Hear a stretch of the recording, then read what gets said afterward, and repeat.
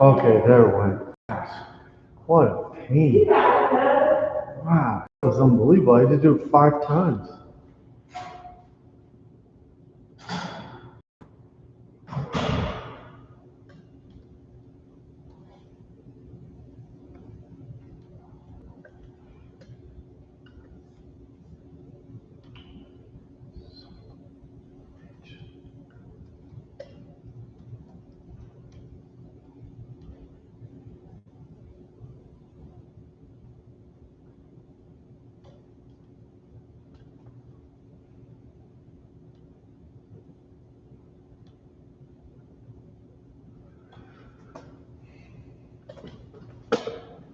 Come on.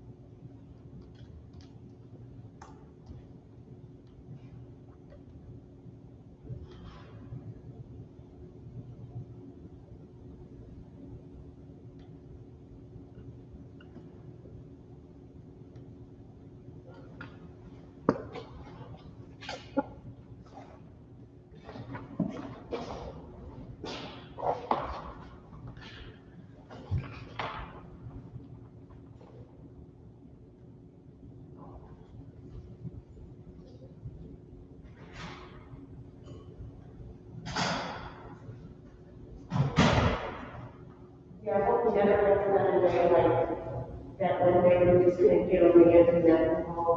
I know. So I was beginning to think that that was happening. I'm curious if they had to do that update every year, or if that was just, It was just a screw. okay.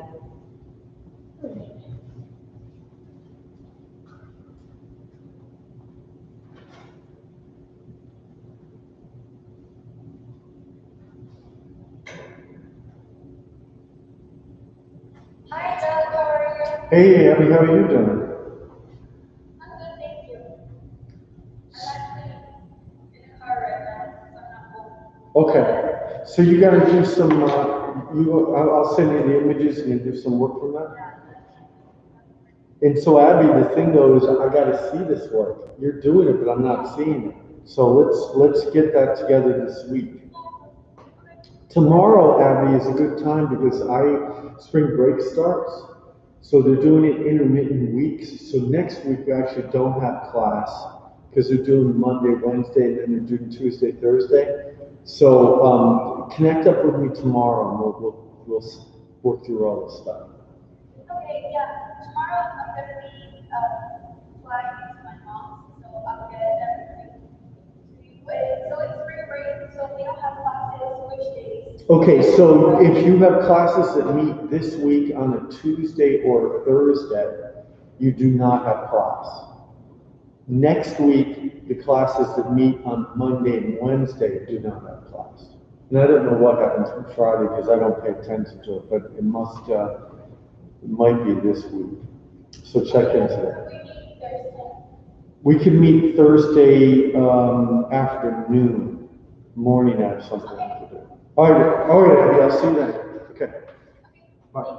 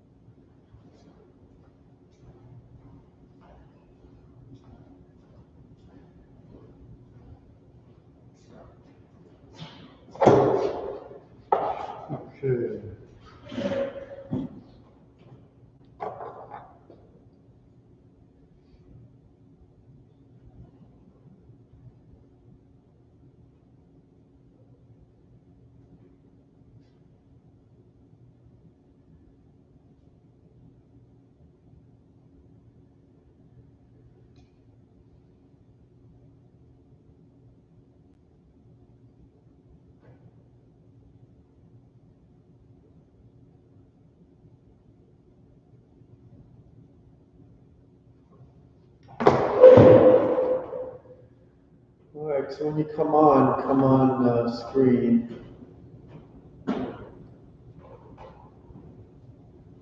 Hello. So Anna, it is going to be almost 70 degrees on Wednesday. I know, I'm so excited. I might bring someone. Oh, good. That'll be fun.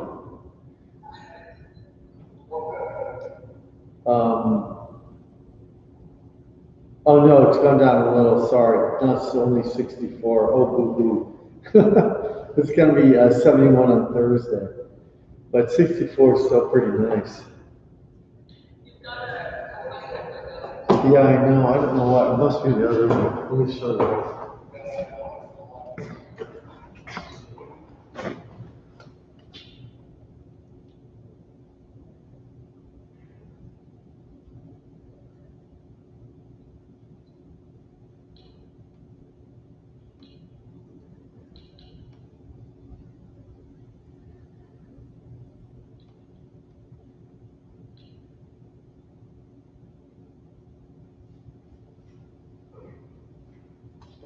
Yeah, I don't know why it's doing it. I have it shut off on the other one. I don't know what's happening. It said it was acting up today. Is it still doing it?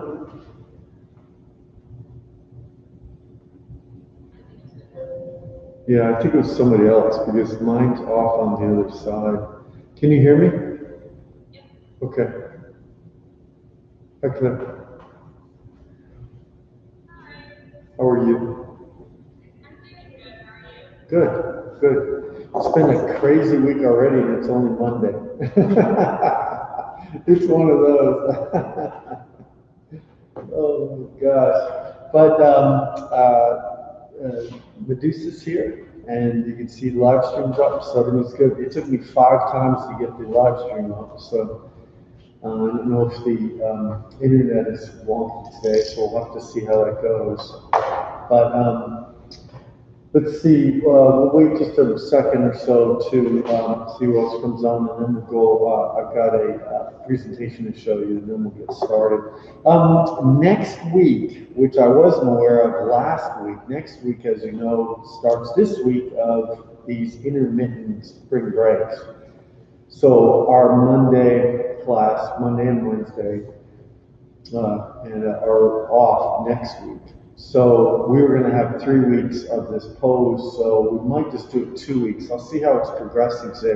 We could put it into the following week, but that was my bad. I didn't count that week because I wasn't thinking of the spring break. So let's see how it goes today, because we'll be doing that longer pose. So that means that will be no class on the 15th, but the 22nd, I wanted to start that 6-week pose. So we'll see how that goes at the end of today. We'll make the decision. But just to give you a little warning that might happen. All right, I've got the images I sent you anyway of the view, so you can keep working on that for your own development. All right, does that sound right? All right.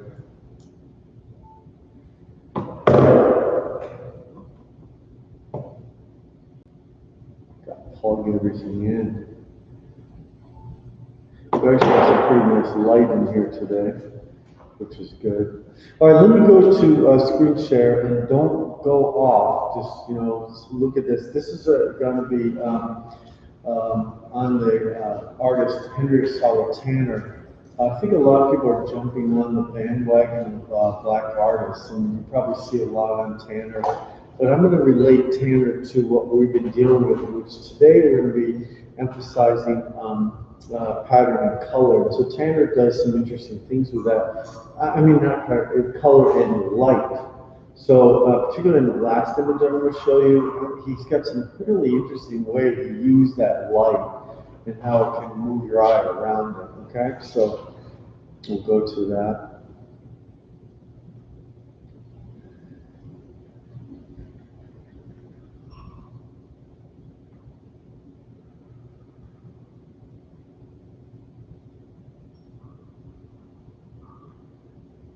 Okay.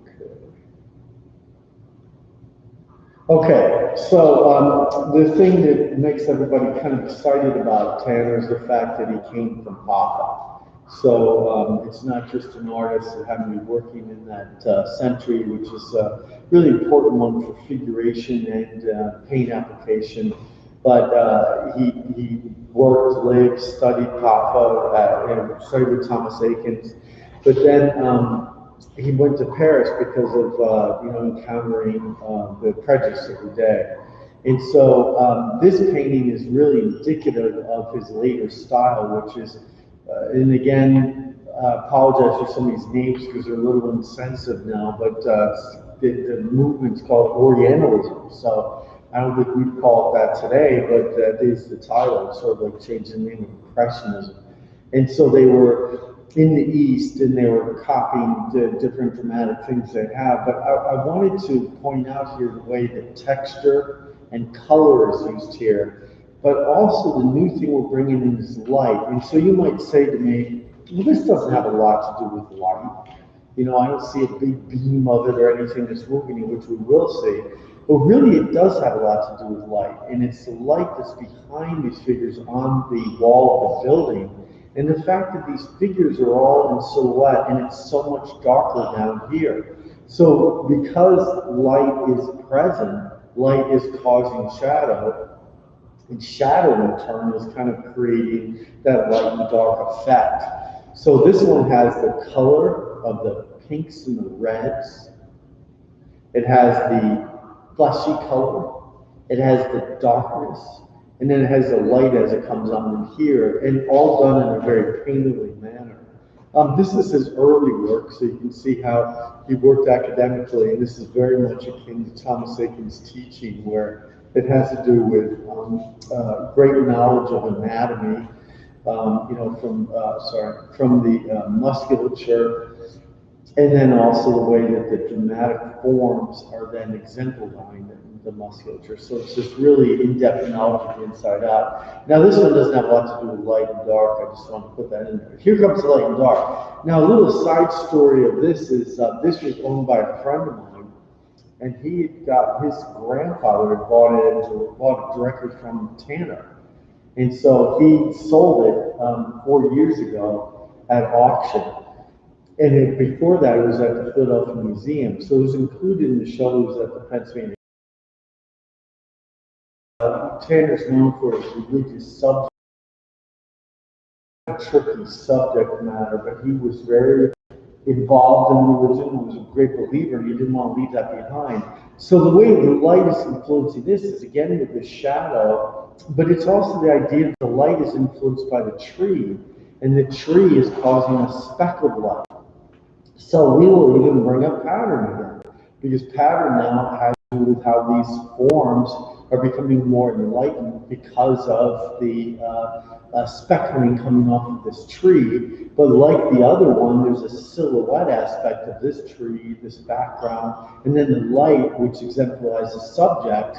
Now, I'm showing you this because I'm thinking about how light can be influenced in the painting you're doing now. You've got that light in that middle area because it comes right down from the center. So how can that build from that? So compositionally, you've got these great diagonals. You've got this form running off at 1/3. And then you've got this big weight of this S curve going through the subject. And by turning the bend here, which is supported by these two sheep, going to the shepherd, which is your subject, then comes here, because probably when you first look at this, you didn't even notice the shepherd. So that's how light and form and texture can build it on. This is where he just went right into it, and then having subjects of people of color really made a big difference. And so you might say to me again here, well, Doug, this doesn't have a lot to do with color, but it does. There's a lot of purples and blues, there's yellows in here.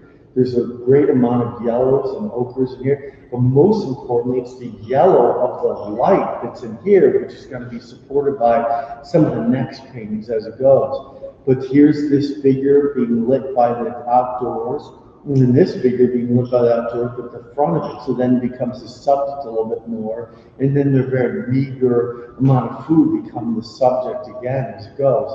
This is Sabot maker. He was very influenced having been in Paris, with different influence that they're doing there. And I wanted to show you the studies they did. And this is the one he ended up using for his final painting. But this is some of the things he worked out compositionally to figure it out. And you can see that this is your X composition. He's got the colors more enlightened from the yellows and oranges and purples. And here they're still there, but then he paints over the tonalities on top. Where did he learn to do this? From Thomas Eakins. Eakins was a real believer in doing studies of the full piece, though very briefly, so he could work out composition. He could work out subject. He could figure out how much his window is he going to show. Where is he going to go from there? They all use photography pretty liberally there, because you might ask me, well, how in the heck could he have done this with this boy in the midst of carving these wooden shoes and have him hold it in this gesture? Well, it's because it was a photograph. You know, and they thought of that as a tool in the day, and it wasn't thought now of cheating. It's not cheating, it's just part of how you build something. So here he's using light to drive you through diagonally. He's using the gaze of this figure in the back to the young apprentice. And the young apprentice is mostly lit. There's that backlight thing again there, backlight thing again. And so this kind of moves you around from that big shadow. This is a study for the Annunciation, which I believe is his greatest painting. And guess where this painting exists? You'll recognize it here. Collection of Philadelphia Museum of Art. So this is something you actually can see if you venture over to the museum. But what's fun about this one is that they surmise now, even though there's not any paperwork on this, that this light that he put in as God is made from this idea of the incandescent light that was just being produced at that time. And so they wouldn't have seen that kind of light, which we're so used to now that is so bright they can barely even look at it. And that became the visiting of the God creature to the Annunciation to be able to get the whole Christ in. So this again is that worked all out from the gesture of the figure, the fabrics, the location, the very simple background, to that light in the 8x10. So when it got to the larger painting, which now this becomes almost like we'd almost call that a ghost, wouldn't we? It looks a little bit like that. And then this very humble person is there clutching the hands from the side. The draper becomes like this big gesture, very dramatic folds. And then the architecture of that period with just a nice decorative element here. So he was putting it in a very natural surrounding as it goes. So light certainly has a huge amount to do with this because of the way that light's built, but then it becomes a secondary element, the way that it's leading your eye into the subject and then supported by the background. And then these strong reds and greens bring you back and forth between it as it builds. Later work is getting into 1910.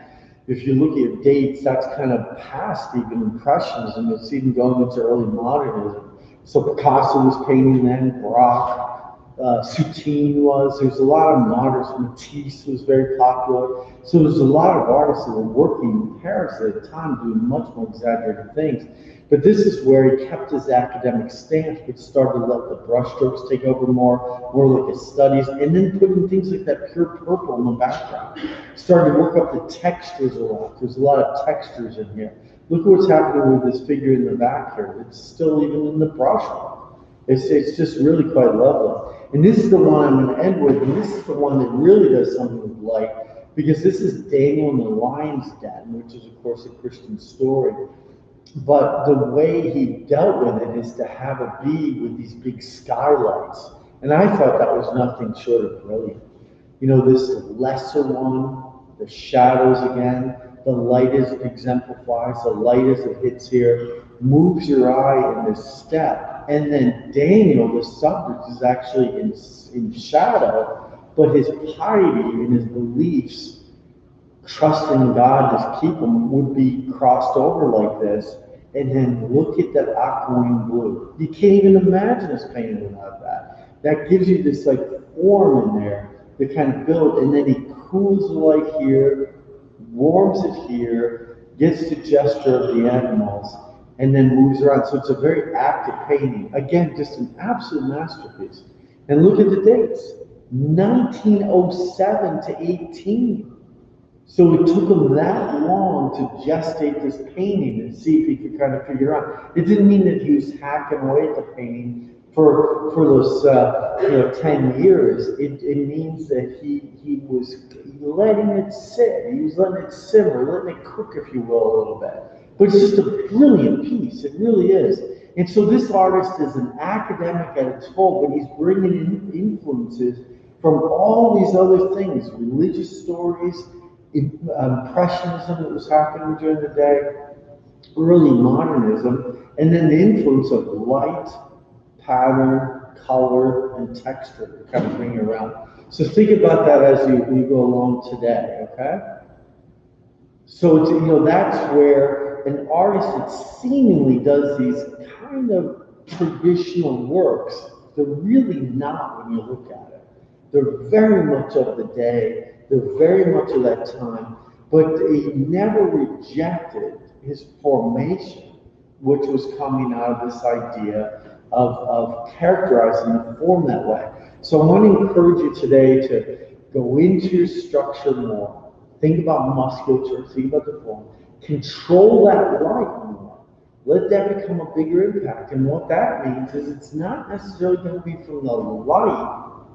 It's often going to be from the absence of it. And then I put some pretty wild colors up there. So put those in. Let those become like this framing of it. Let it push your painting a little bit in a direction. But maybe what you do is you just bring up the pink a little bit more. Maybe you have the yellow underneath as it goes. And see where that happens. All right? Does that sound good? So we'll go through our 20-minute on and then off, and we'll go through that. And at the end of the day, we'll see if we want to work on this another day, so after a break, or whether you'll do it on your own, and then kind of go from there. Vanessa, when you're leaning forward, look at Vanessa in her little tile. Look at the light hitting her. That's the kind of thing I'm talking about. Look how much that would engage the viewer, and then the darkness around it. Anna, where you are, you're on silhouette. So that very cool light that's on the side there. Me, I'm on bright light, so it's not really a case here. It's not really working. Claire, you're a little bit in that situation too. Kind of even light everywhere, but I'm looking more from like the Vanessa to Anna kind of idea. You're pushing, pulling a little bit as it goes. And Anna's probably going to say to me, well, what if I don't see it? What's the answer to that?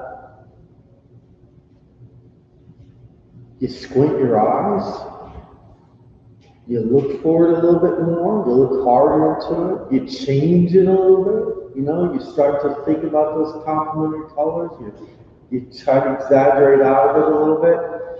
Next time we'll work with more of like an underpainting color to prompt that up too, kind of lift it out of there without you controlling it as much. So there's lots of ways of building around this, okay? But most importantly, the most important thing you can do right now, this is the most important thing, is have fun.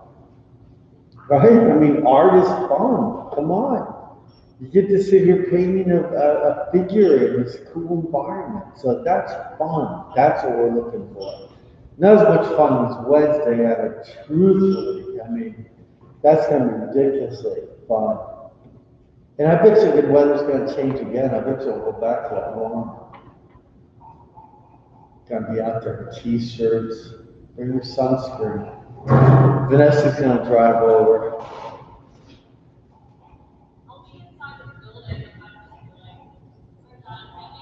No, absolutely, man. Come on for half the day at least, because you know where the Lemon Hill is. I mean, you just can't miss it. It's going to. And then when those flowers start blooming, oh, that's crazy time. That's crazy time. You say, John, I'm going to do an crochet of a flower. That's what I'm going to do. Blossoming trees. It's all part of the moment. It's seizing the day. All right. So, Lucy, you there? All right. Good. Excellent. Okay, guys. So now, you have the photos of this scene, don't you? Didn't I send them last week? You have the photos? I sent 8. Okay, I'll send another one. Yeah. Also, did I have my hair up? It's hard to check I when didn't do you're. your hair. No, you didn't. Who did Medusa's hair? Was it up or down? I didn't do the hair.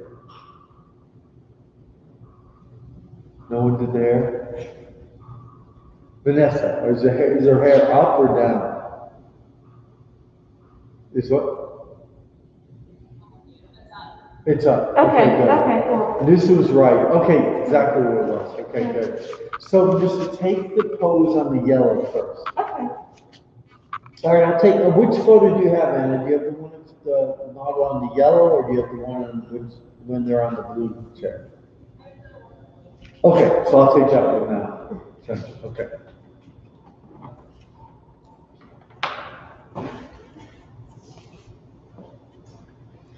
So you've got your one leg up. Right. Do you remember? I Here it is, think here. so. Okay. All right.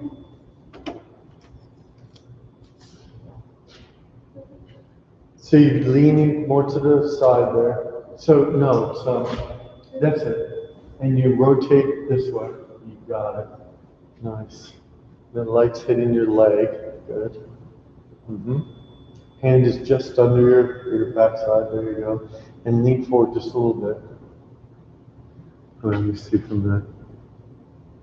Yeah. Yeah, that's good. Okay. That's good. You feeling all right? Okay, good. Okay, we're set. We're doing it. You said the timer? Yeah, I heard started. Okay. Started. And your head is off to that direction. That's very good. It's great pattern textures in there. Okay. So we're good? I'm sending the photo now.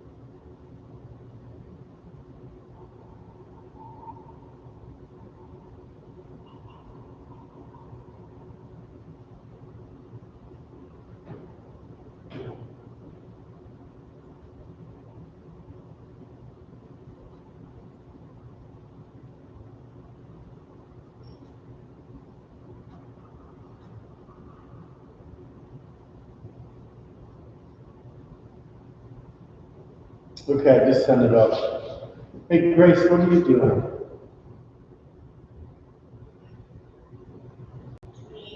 Yes, what are you working on?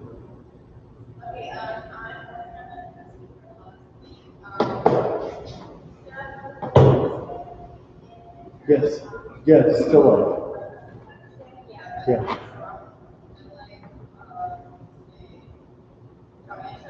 Yes.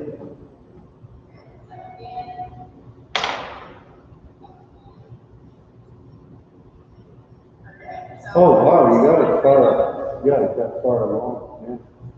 Yeah. Okay. Yeah, go back to the scene for a second. Go back to the scene. I see. Yeah, so you have lots of room, so you'll see a reflection in there. Right.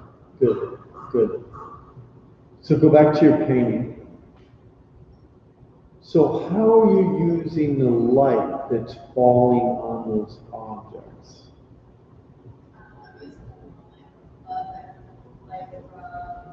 The window. Yeah. So how's that being reflected in those objects as a grouping versus individual? I mean, like, there's all in the class, all the, highlights that. Yeah, no. That No, that's true, but how is are those onions, are they?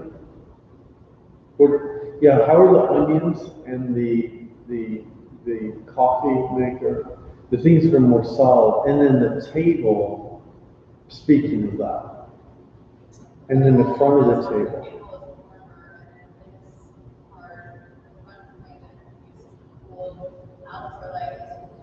Okay, that's good, that's working, but how are they then going to do light, medium, and dark value? Like when you're looking at your scene, they're gonna read together as groupings of light, medium, and dark. So how are you going to deal with that? Yeah, so they'll start to join together in like areas of value. Like when they're clustered, like that part that you're zeroing in now with your image of the glass, and then the four onions, and then the two glasses behind it, and then the coffee thing on the left.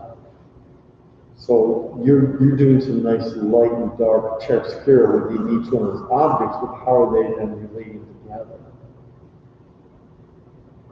Do you know what I mean, or does that sound abstract?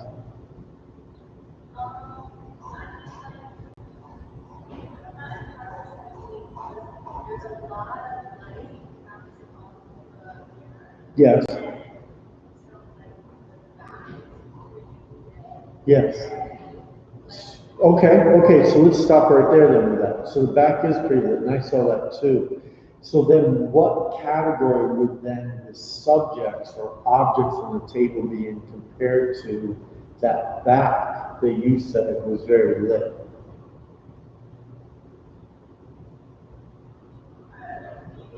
Yes, medium and sometimes even dark, right? Because you're seeing some of that in the onions. But in order to do that, you have to think about how that's partnered with the table.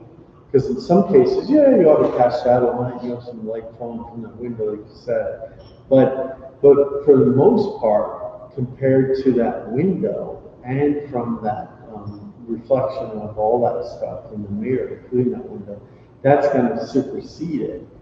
So what I'm going to actually do is when you look at your scene the next time, squint and then see the value of it. And then from that value, make some adjustments with each one of your objects.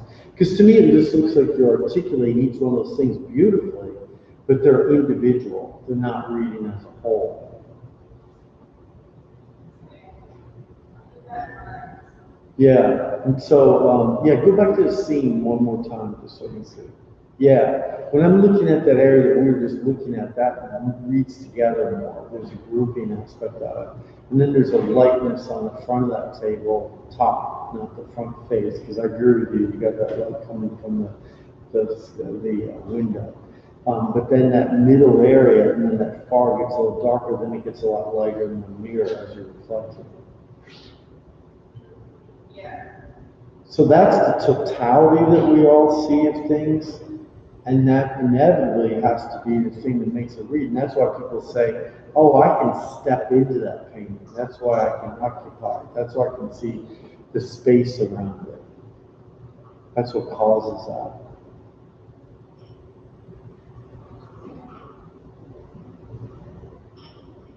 Sometimes we can think about too is if you just had a piece of charcoal and a white piece of paper, how would you then be drawing that?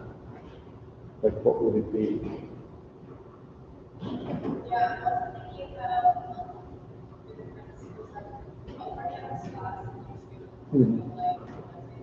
Yeah. Oh, so it probably influenced you. I see. So which light do you want to do it under? Do you want to do it like this, or do you want to do it like it is when the incandescent light's on?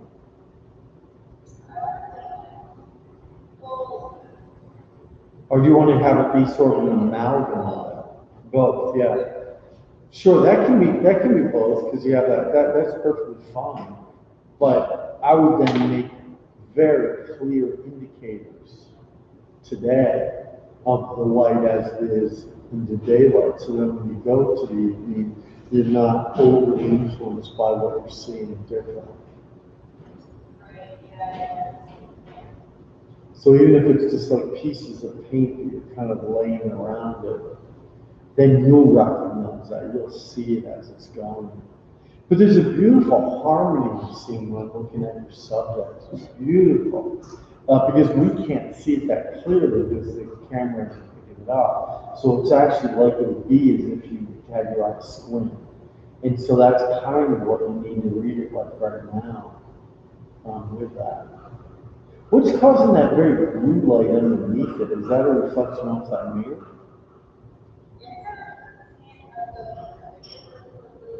Oh, you're kidding me. That's wild. That's really cool. Yeah.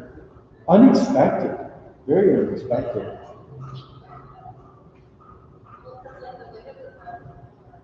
Oh, there you go. That's right. Oh, I like that. That is very cool.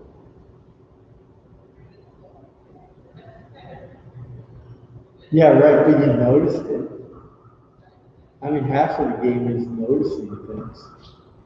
But that's when it becomes more of a universal statement, Grace, which is kind of fun. It doesn't become just this thing about, oh, I'm dealing with the objects, I'm dealing with the warm and cool. But that's when it starts to become bigger than that.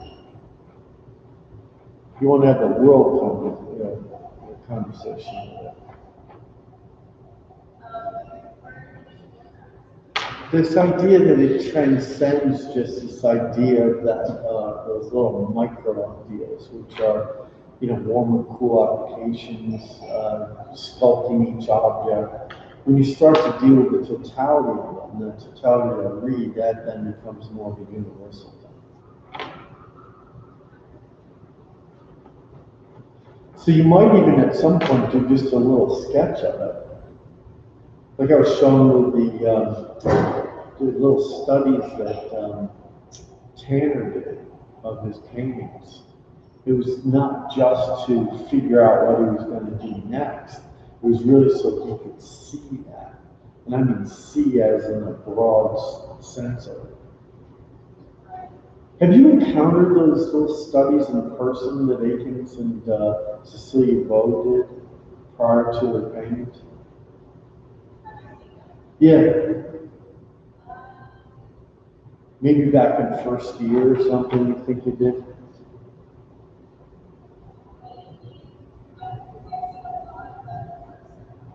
You think you might have just seen one? We should, I'll make a point of getting those things when we can do it again. They're pretty incredible. They really are. They're not up, but they definitely have a large collection of them. There isn't any at the PMA up except that wall has them, but they're mostly landscapes. You know that wall where they have those things from out west, and like a the Monument Valley and stuff like that.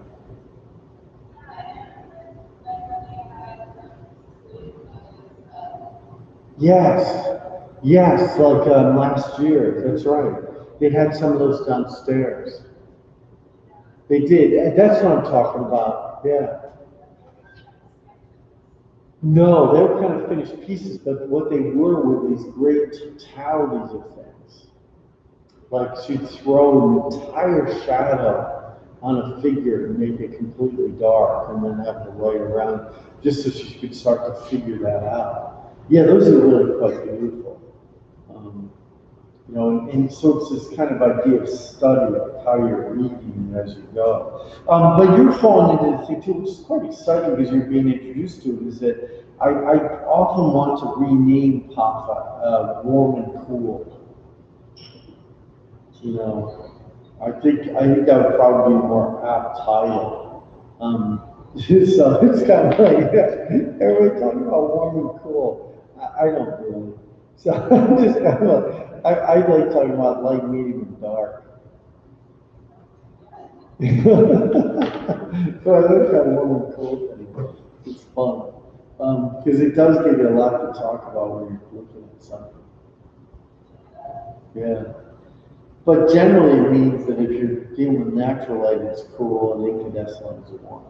And, you know, then you got the warm, cool colors, but they can be subverted by that light. So that's where it kind of ties into today's exercise. And, bringing up this idea of light and pattern and texture, kind of drive the composition, not have it be a passive element. So that's what I was doing, trying to tie it. All right. All right, good. I think it's looking great there, Grace. Really, it's very good. Just keep up the good work. All right, I'll check in with you as the day progresses.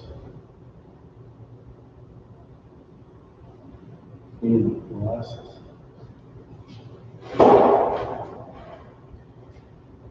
All right. So I had my opening to do on Friday. Yeah, how did it It go? was nice. It was nice.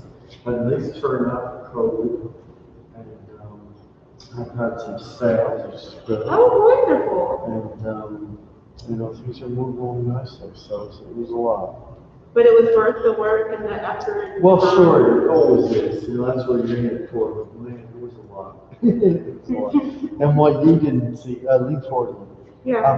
What you didn't see, because I didn't know it yet, was that the assistant director was out for the entire week. Oh. So that meant I had to hang the show and get it all together. Oh. Because that's normally what she does with me.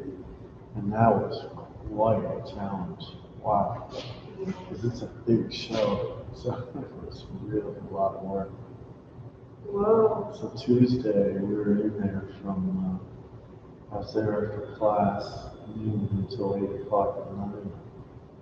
And Wednesday, I came back in and made some changes. And then Thursday, we moved on. So it was a lot. When did you get there? Have like recouped? I haven't yet. Oh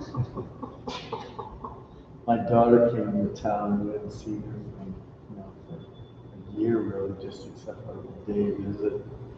Came to town with a new boyfriend, and Oh. so they were in for the weekend, and so we're kind of messing around with them, and they just left on yesterday, so kind of yesterday. So yeah, no recouping yet. You have to go over and see it. So you need to go and see it. It's open Wednesday through Saturday. Okay. Until end of the month, you got lots of time. Well, I was thinking tomorrow because I definitely don't work tomorrow, but they're not open tomorrow. They're open on Wednesday. So Wednesday. Yeah, I'm going to check it out. they have lesser hours just because of COVID. They don't want to have be open too much. Definitely. Yeah, I'm glad that went well, and I'm very glad that you're selling pieces. Yeah, it's really it's nice that the people are just so generous, and they're really supportive. I was told over and over again from people that this is the first thing they've gone to. It's an event, an entire year. Oh. So that's pretty nice. They would do that. And, some people were even going out to dinner and Oh my. wild stuff. So I think everybody's kind of looking at the rearview mirror listening as much as they can. That's cool, and welcome folks back to First Friday with your group. Yeah, this is a group show. It turned out really nice. It's a beautiful conversation, which I want to hear what you think about that.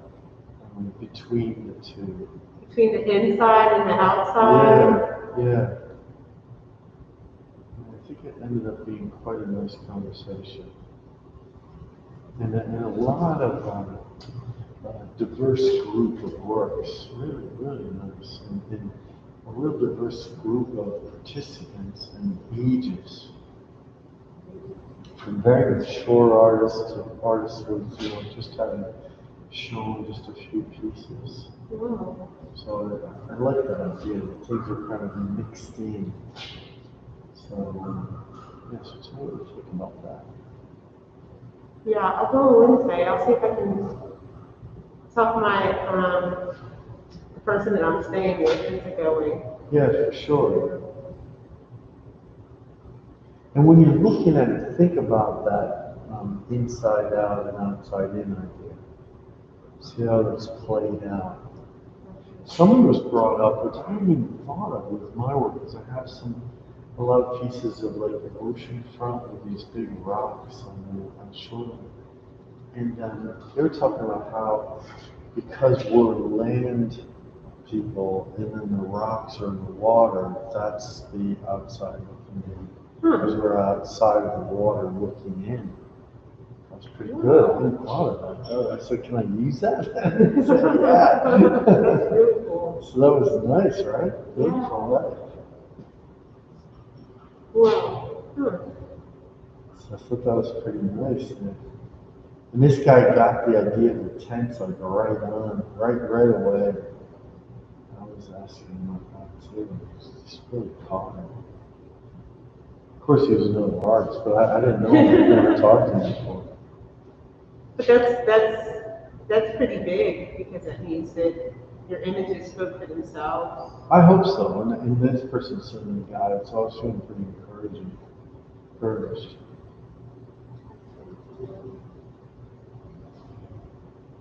When you think about, you were talking about people having conversations Yep. about the pieces to one another, and Yeah. I think about your pieces having conversations Yeah, right. to the viewer. Yeah, The viewer. that's what you're hoping, right? Yeah. You do. But you have to hear it all the time. You have to let it settle in a little bit, like a conversation. Yeah. Can't just happen. Other than that, it's just becomes a monologue. We've all had too many of those over there.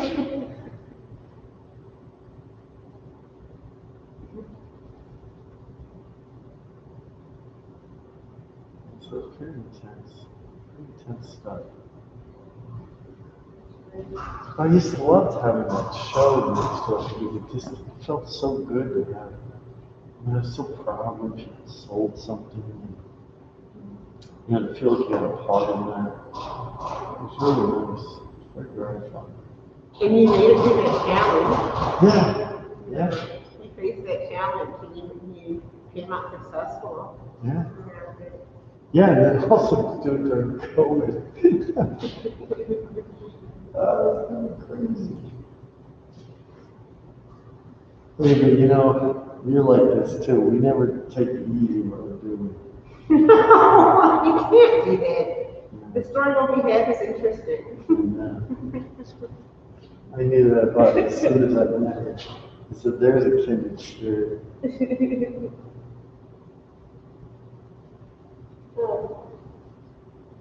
That 20 already? Yeah, it should be 1:44. I started around 1:20. Okay.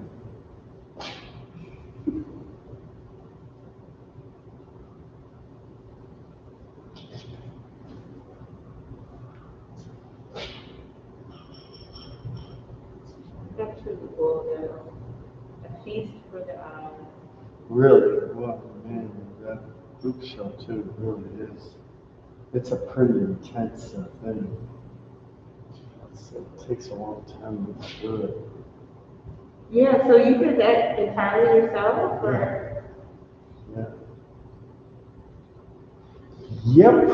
And was it the artist had to bring their work to the space? They did. So, Either okay. it was already there or they brought it in. Okay. It was intense.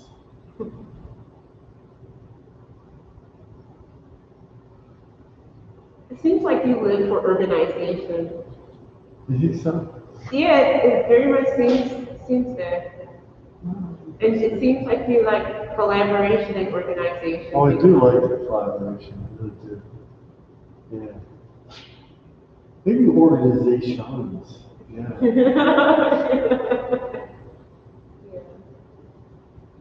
Popcorn, gallery, organizations. You know, one group that did the vote and then, what was it? They didn't like the vote, so they did it all over again to try to get a different result. Right, right. Remember that? They weren't happy with the first result. No. Come on, you can't be happy with the first result.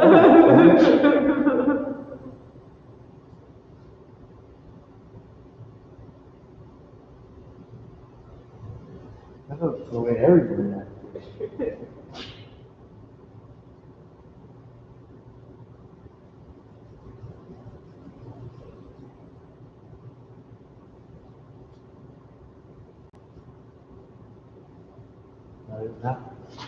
Yeah. That was just like a few minutes ago, but Oh, all right. I thought I'd just take it there. Just a little longer. Just a little bit? Okay, thank you.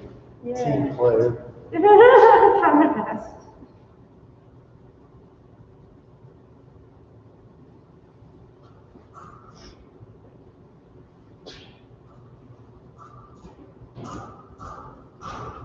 What is it? Different sounds coming.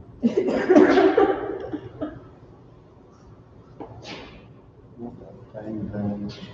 That's actually Julius making some weird sounds. All right, so that was a quick 20 for me. So let's see what you guys are up to. Vanessa is first in the tile. It's like a game show. Vanessa's first tile. Hey, it's not snowing outside, so that's a plus. Yeah, one day. Yeah, it's weird. It's weird.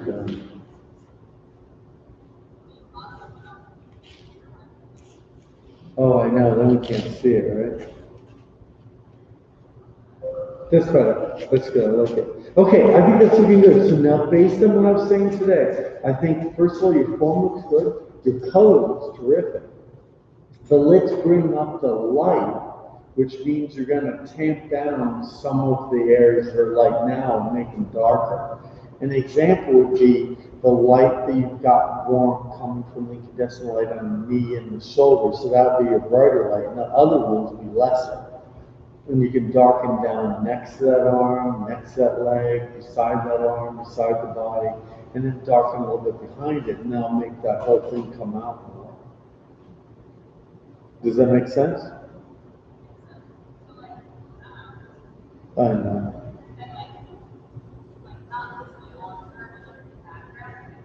Definitely round in the background, but also on the model.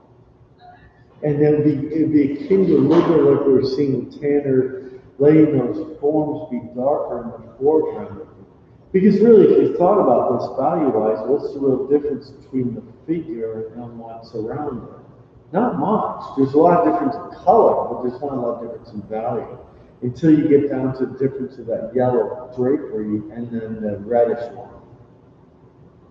That's a big value shift. So certainly you can play that other side, and then you can also play up some of the cool light coming from there, because that's coming from the skylight on that left-hand side, which is, yeah, your light. And then the right, which is getting more of that warm light, that'll get more of those yellows in there. All right? As if there's not enough to think about, right, Vanessa? It's like, whoa, come on, man. All right, and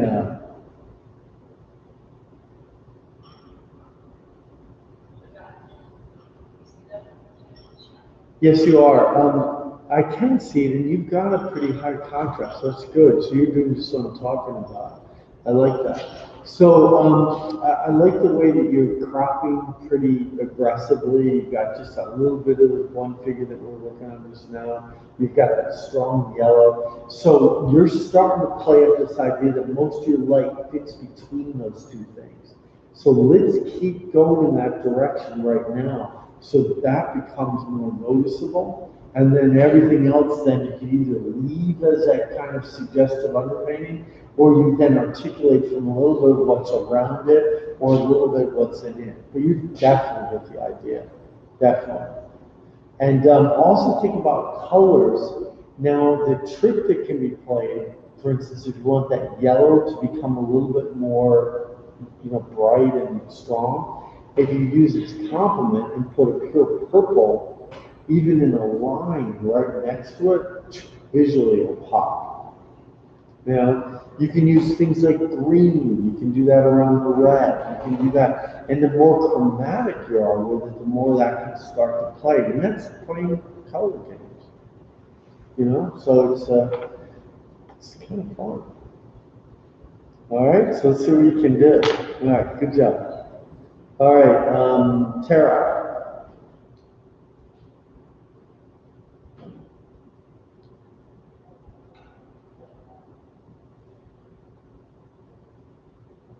Yeah, Terry, you've got that weird sound, but we're just going to work through it. Okay, so don't worry. I can hear you, but you'll definitely hear an echo with me. So don't worry.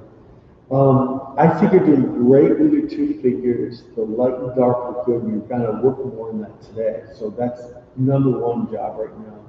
And I'd love to see a little more yellow on that knee, and a little bit more of the yellow on that drapery, especially where it gets to the shadow. And when you get to the light part that's not still the white of the canvas, that can be more of a color too. That can be some of the oranges. That can be some of your pinkier colors in the flesh. Then lighter blues, lighter greens, lighter colors like that as you go. But I think the other thing you can do is darken some of the colors that are behind the figure. So if you go a little darker with that pink color and the pink of the drapery and the pattern that's on there, I think that would help. So just kind of work in that center area a little bit more, where that light's hitting. Does that sound good? Okay, good. And then we got a cool echo. It's fun. All right, good. All right, Amanda, are you there, or did you fall asleep? I'm there. Oh, good. So what are you working on? Do you have those photos I sent? Because you can't see my live stream. So, did those photos come through? Can you see those? Okay, because I have the one, and then I'll take this next one now, so you'll have both. So, do you have something you can show me?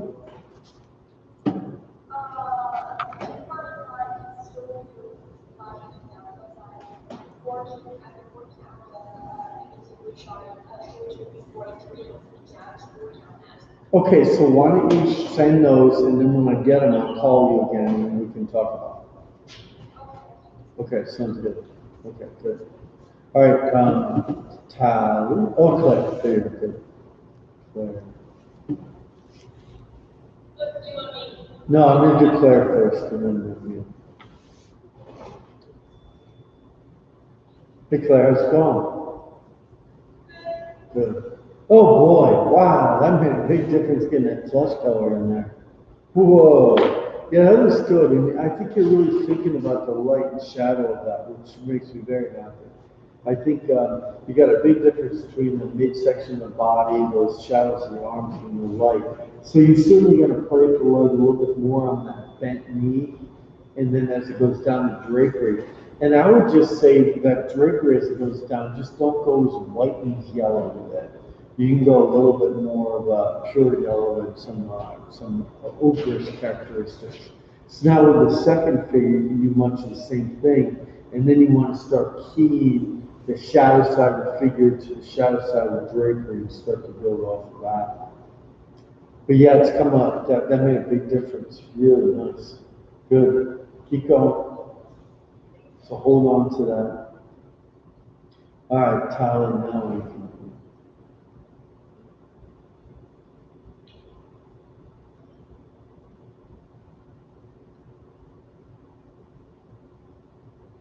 Holly. So, I'm sorry. Anna doesn't get mad at me. I have to say Tally. I use my Syracuse accent and call you Tally sometimes. How's it going? Okay, so I'm doing this painting that I was meant to start last week, but then I don't remember my desk was driving it. I do remember, yeah. Started in a week. Okay, let's see it.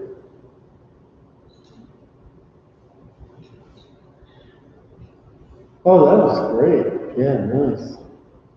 Yeah, boy, that's pattern and texture if I ever saw it. That was great. So is that one of your quilts?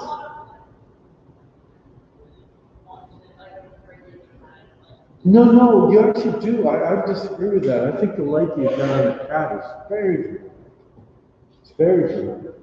Particularly if it's going across the face down to that leg. So that being said, Tali, where do you want us to look first when we're looking at that painting? I don't know, I think the original edition of it was honestly like less readable. It's like I almost wanted it to be like they were just like kind of floating on this weird thing. Yes. Kind of thing. Like I kind of want to keep it in that place where you Yes. don't really know what the initial read is. But I do know what you're saying. Well, you know what? You know what's defying that a little bit is the way that you've got that strong contrast of your quilt. So since each one of those little components of the quilt are so contrasted, you're actually going against that. Because I wouldn't disagree with it. I think you could open up that brushwork, much of like what you did on the cat, and let it kind of be more suggestive based on what area you're looking at. And then there'd be an ambiguity about it. And the other thing you can do is not have the cat shadow from the cat on there. And that would also make it float a little bit more. Because I think you're right. I think, oh, it's just the fabric? Yeah. Yeah. Oh, I see. I see it now. That's all right. I thought there was a little shadow under it around the haunches of the back of the cat. Well, I think the other thing too is you tend to do better when you just go into the painting and keep working on it, and then something starts to emerge more. And maybe that's what's got to happen right now. Is just keep letting it happen. Because so far I don't see anything that's going wrong. It looks good. I would say just press on, and then you can make some decisions about, hey, I want to play something down, I want to bring something up. Shall it be a little bit less defined,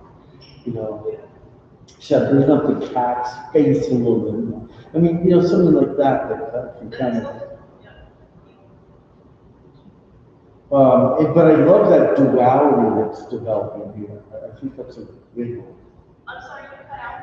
Okay, the duality that's happening. I think that's a good thing. Do you know what I mean by that? Maybe you cut it out again. In terms of, our fees, it might be correct for that. Yeah, it said it was low when I first chimed on, so that's good. So what I mean is the duality. So you've got this sense of you're defining what's in front of you, but you're also letting the paint speak for itself. And I think that kind of thing is actually quite good. That's quite strong. Yeah, it's interesting to keep painting it over and over again, but not have to get more detail. That's exactly right. So you're in this sense making a mosaic, because you're kind of laying in these paints and these colors and these forms, which can do this. It can go apart and it can also come together. And that way you have that possibility of that. It's not going to be the one thing.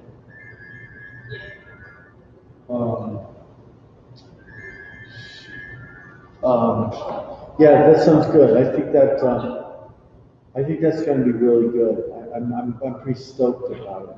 And how perfect is Wednesday going to be? Oh my God, it's going to be in the 60s. I know. So get out there. We're meeting at 8:30 instead of 9 because it's already going to be warmer. So you can get out there as soon as 9. All right. It's going to be a good day. Bring some sunscreen. Absolutely. Okay, good. All right, Kate, I saw you came on. Welcome aboard. Hi, how are you? Good. How are you, Kate? How you feeling? Oh my God, Kate, you're back to being Kate. Yes. Oh, that's so great to see. Oh, I'm so glad. I'm so glad. That's so nice. That must be so kind of encouraging for you. Yeah, totally. I think it was like, especially for me, I was high risk, so I was trying really hard to not get COVID. I know, and then you got it. Oh, it's so Yeah, scary. because new strain, I think it's like really contagious. Yeah, it is. Like I've had my children say that they have no idea where they got it from. That's right. The store and stuff, so it's hard, but yes, I'm looking. But you know what's really nice about it now is that you've got an immunity. So you haven't had your vaccination, but you have an immunity now. So, I had so much anxiety before. Like every time I left the house, I would be so freaked out. right, I could not leave the house, I'd be worried. right. And now I'm like, well, Come on, let's go, right? Yeah, sounds good. I like it. yeah. I'm very jealous. No, I know. I was gonna say I kind of like the things that I got that I never thought I could handle anymore anxiety. I think that's where we're all going with this because, you know, a year is a long time to kind of hold on to this anxiety. And I was just saying to the folks that my opening was this weekend, and it was amazing how many people came out and were out in general in the city. And they were all saying this is the first time they've been out all year. And everybody's just, I didn't care anymore. They're just going. You know, not many of them were vaccinated. You know, I they, guess like, a lot of my friends are starting to get vaccinated too. oh, are they really good? Excellent. Yeah, they're working in hospitals and doctor's offices, so Good. they're I can see them not be like, you're not here anymore. I know. I think it's really just going to be a couple months, and then this will definitely be in the rearview mirror, and it'll make us really appreciate things more. It's doing that for me. I'm appreciating things more. You know, Yeah. it's not like, oh, I feel bummed out today. You know, you still get bummed out, but then you also remind yourself that, hey, look at all the stuff we got. Look at all that's going on. This is good, right?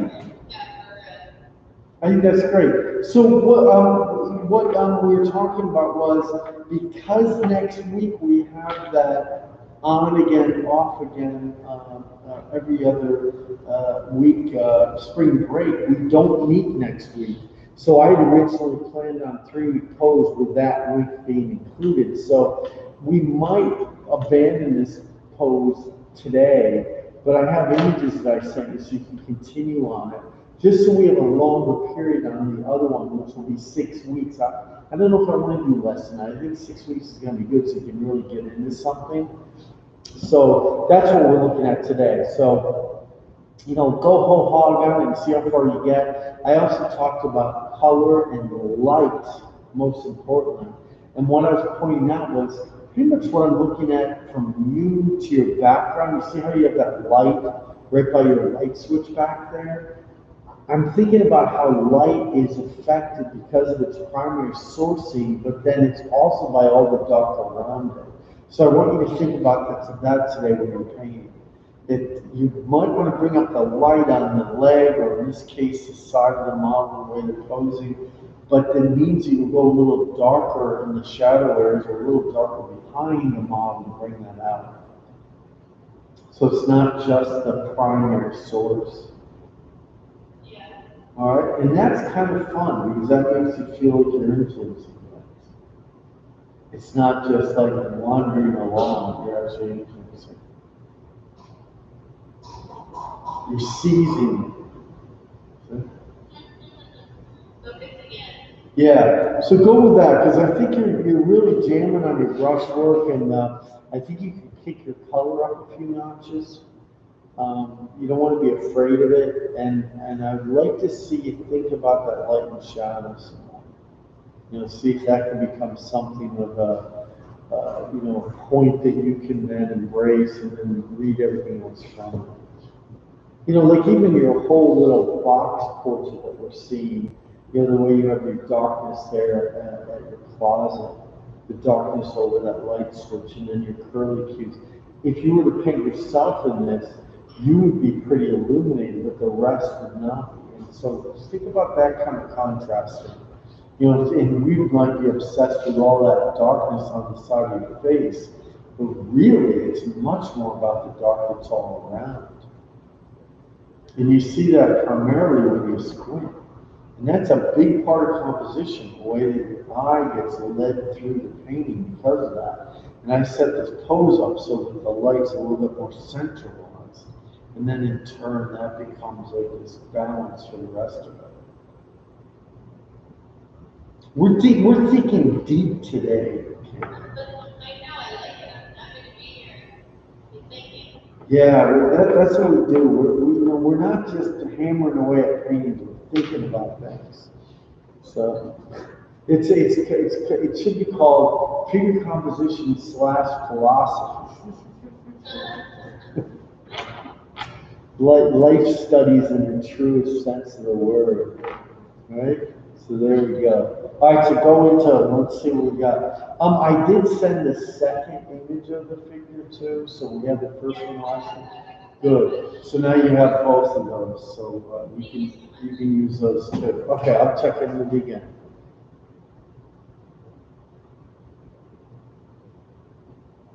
All right.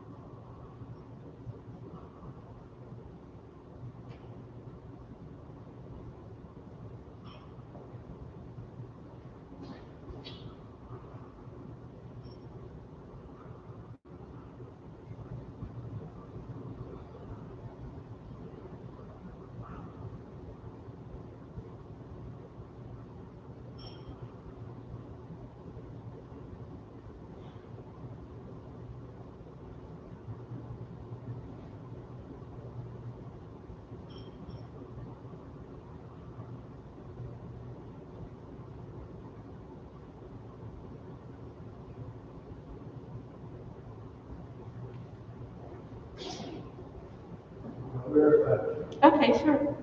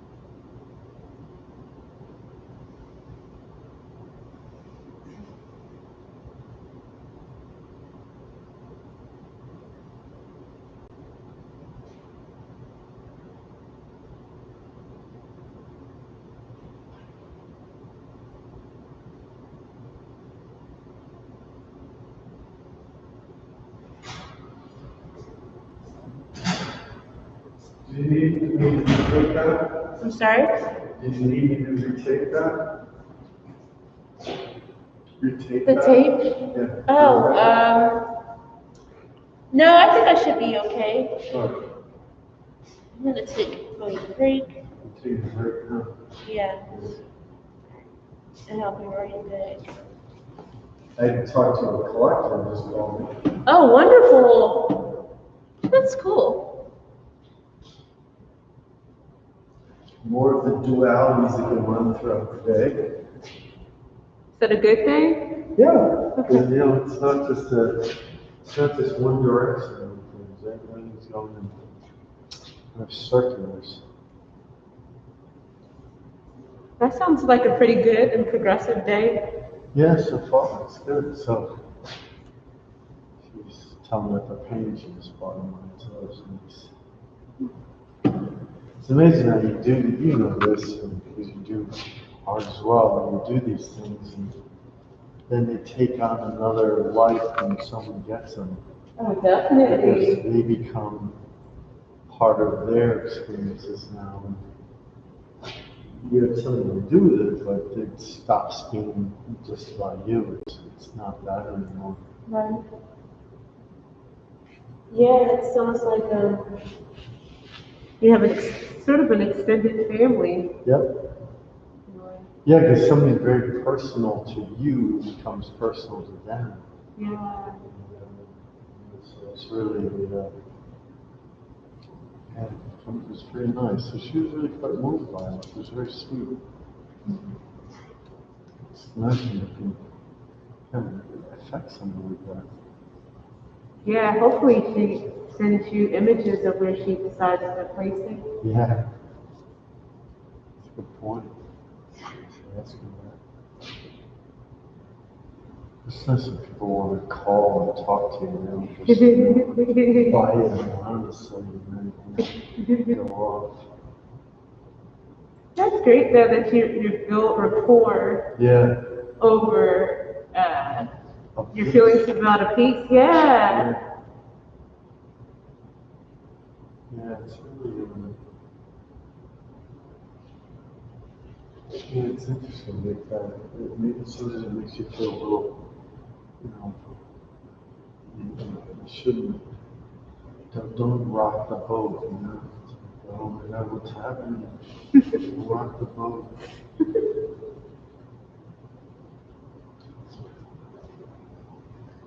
Alright, I'll be right there. I'm gonna use the restroom really quick. Of course.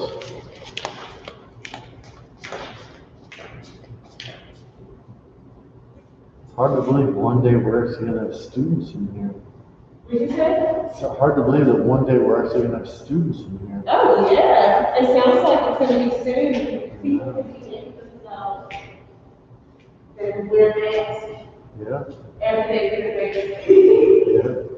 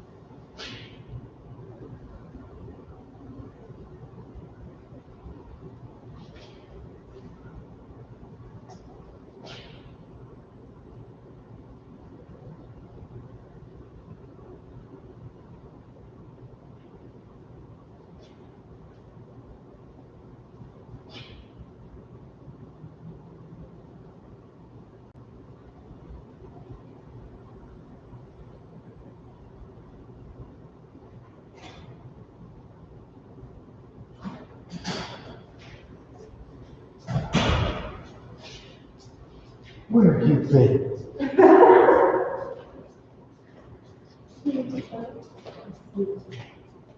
Yeah, one day we're gonna have a bunch of screaming kids in here again. We won't even hear the creaking of the skylights. That would be perfect. I know. To hear everybody in the room dancing back and forth and nagging on their pieces. That'd be fun. Yeah, right.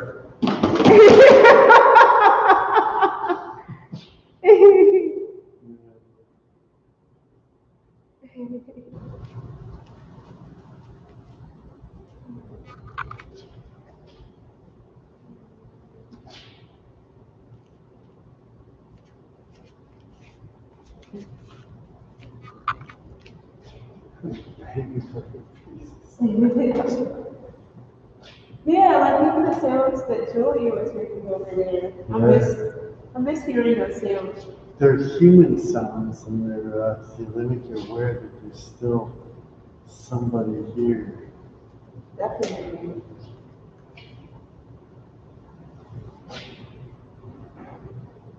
I'm still here. That even also sounds, these sounds are pretty percussive. Yeah, they are, because it's so hollow. Pretty cool. Look at you with your big words. Percussive. And then you're on Scott. Yeah, he's very into percussion. I've been hearing this phrase used a lot because these architects keep talking about it, and they call it tripartite.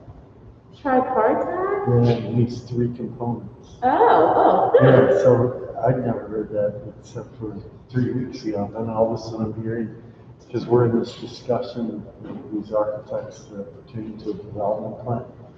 And so they all use it, tripartite.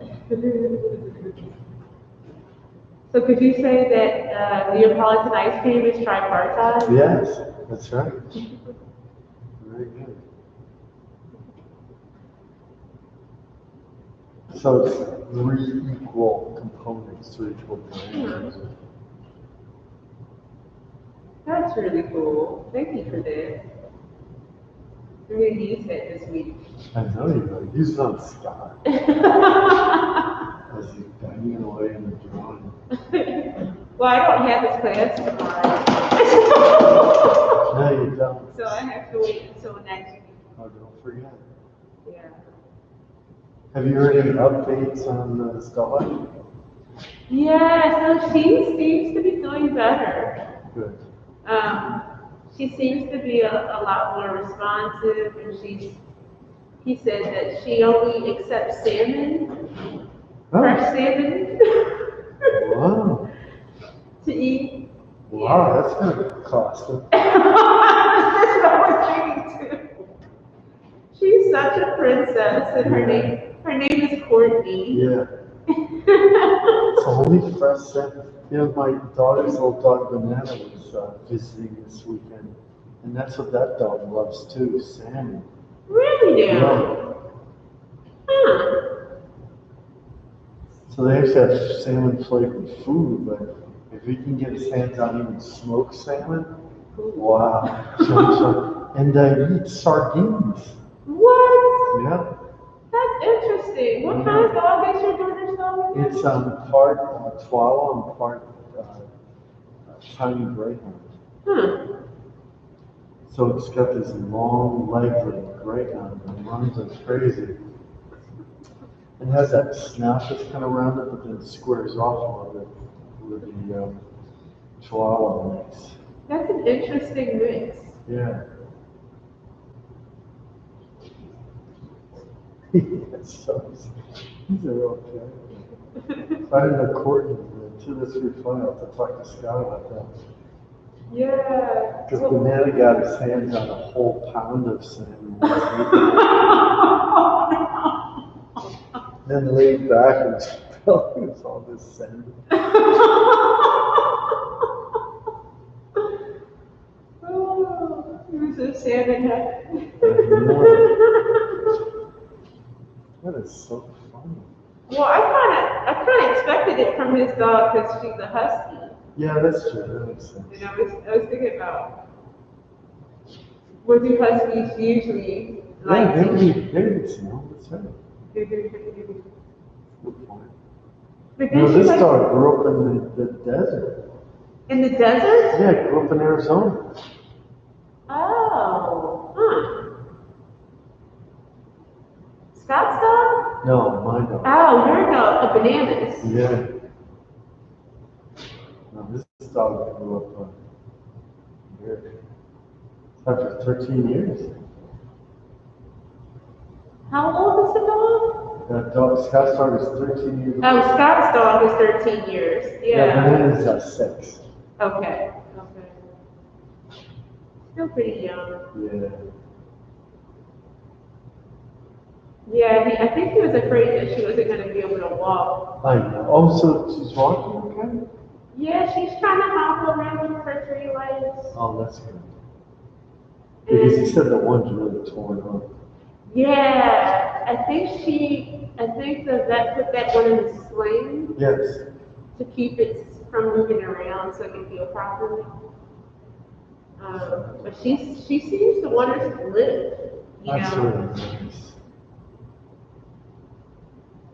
He said he's been feeding her ice cream. Another thing I didn't know dogs liked. No, that's pretty wild. Your dog is living a life, man. No. Fresh salmon and ice cream. Same. That's pretty funny. You're gonna go over there for dinner, huh?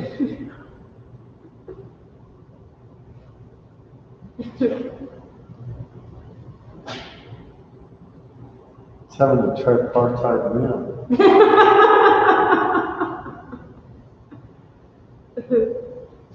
I just think it's interesting that your daughter's dog likes fish though, as well. Oh, man. Maybe they'll get along if you bring Banana over there.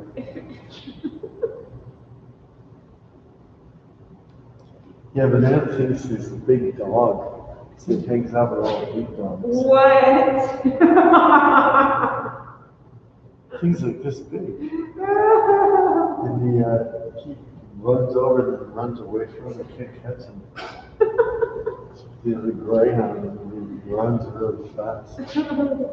I'm trying to imagine Banana's legs. They're very spindly. They're long and very, like the legs on the Like a tripod. tripod. And then when he sleeps, he bends them back like a deer. He looks like a deer. Huh. And then he also, have you seen those sculptures, like a written out square of the greyhounds that are at the entrance over by the Dorchester? Yeah. He does that. He does that natural stint. He puts his hands out like that. Huh. No one taught him to do that. He just does it. And so he's a Chihuahua and Italian greyhounds, they're shorter, smaller. okay. Well, Italian Greyhound and a Chihuahua. Hmm. Yeah, the Italian greyhound became sort of a designer dog a few years ago. Okay. But she got this dog at a rescue shelter. Someone had broken its leg. No! Yeah. So he had a cast all the way through his shoulder. Oh my god. It was hobbling around. So it didn't mend really well. Yeah. So he's got a little bit of imperfection and his leg splings out a little bit. Sounds like he's still a character, you Oh know. man, it's totally. Eating salmon, jumping around.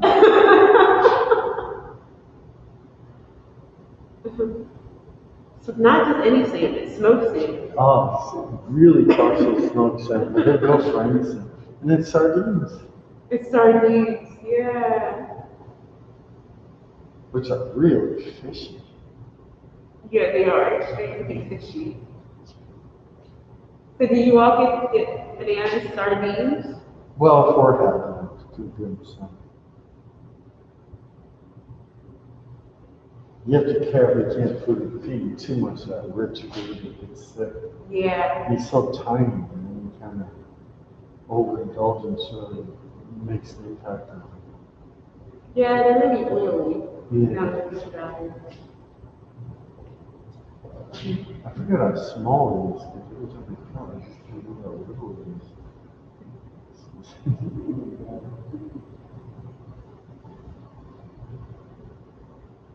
So we had to meet their boyfriend Mason. How'd that go? Jury's a little out right now. I'm not sure. He's nice and everything. I don't know. Yeah. Let's put it this way, he's not our favorite boyfriend so far. Okay. He doesn't even, he's not even the runner-up.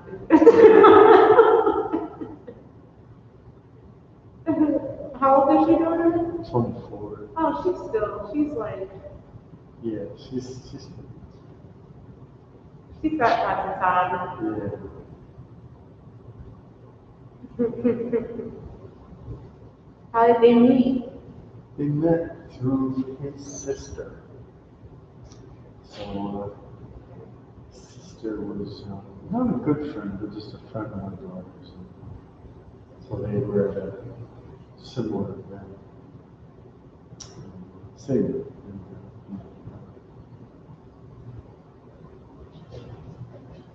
So I don't know. We'll see.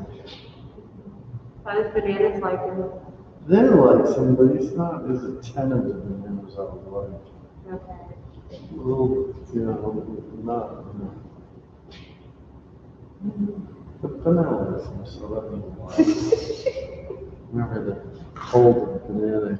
Oh Should be like a Geiger counter. Second, could have him look at the guard's desk.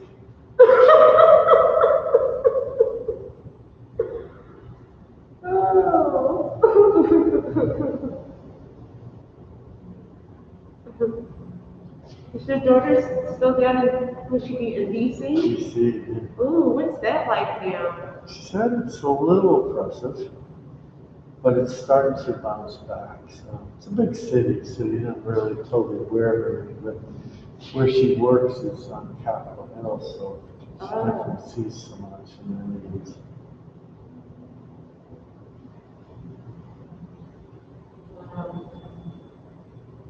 She's like in the middle of it all. Yeah, when that riot happened, she was working. So they had to evacuate the office.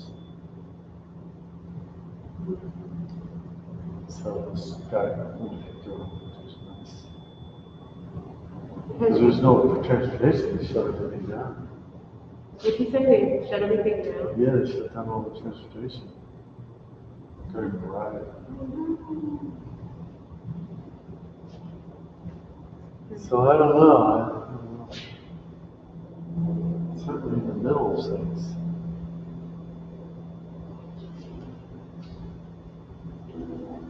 Did y'all reach out to her immediately when you heard the news? Yes, sure. She actually told us before the news even reported, because they were told to evacuate. Right.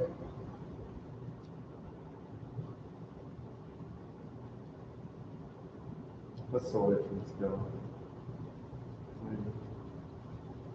It feels like it'd be fun being a part of history.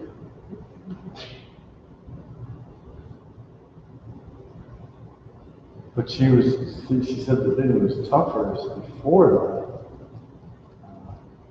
there was a lot of people, because some of those smaller groups were going to test the waters. I think it reported on a lot, but they were doing a lot of damage, fighting with people, being provocateurs.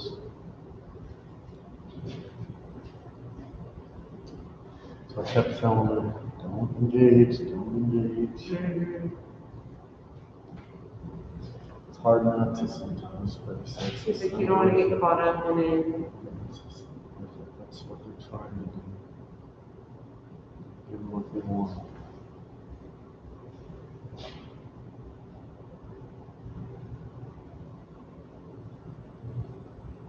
She was good about it. At least what she told me. If she did, I don't want to hear about it.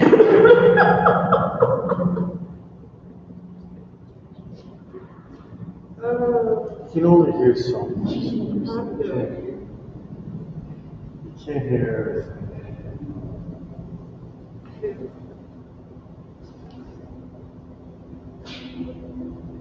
How did your life change when you had a child?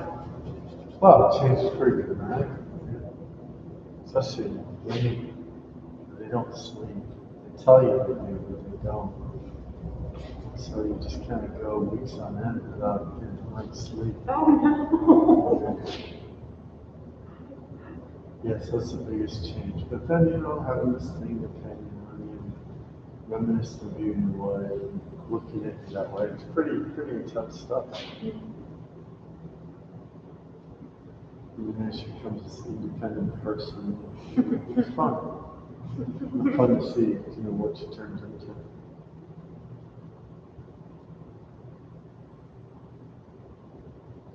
She's still at such a point of change.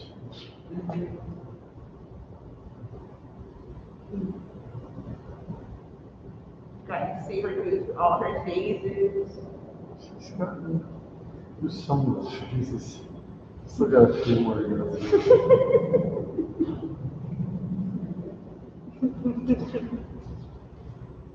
There was something reminiscent in there, but sometimes it's like, oh my God, I don't know who this person is.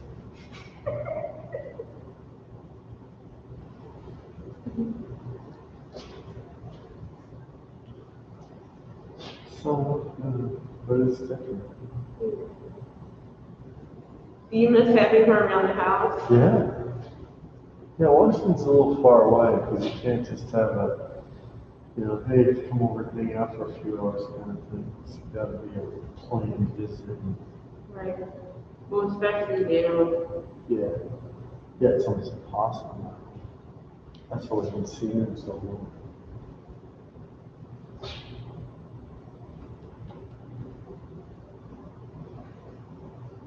So did you all go down to her?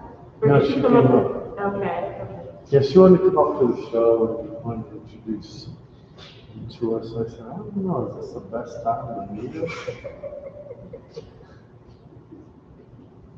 Really kind of occupied. But she wanted to, so. Did she drive her? Yeah, they did. I hope they split the driving. It's not that far. It's like 2.5 hours. Oh, okay. We're used to driving to Maine, which is 10 hours. Oh my gosh. Yeah, That's a long ride. That's nothing. That's nothing? No, 10 hours is a lot. 2 hours is like, Oh. oh boy, we're just getting started. When you went to Maine, you and your wife shared the driving? No, I just drive.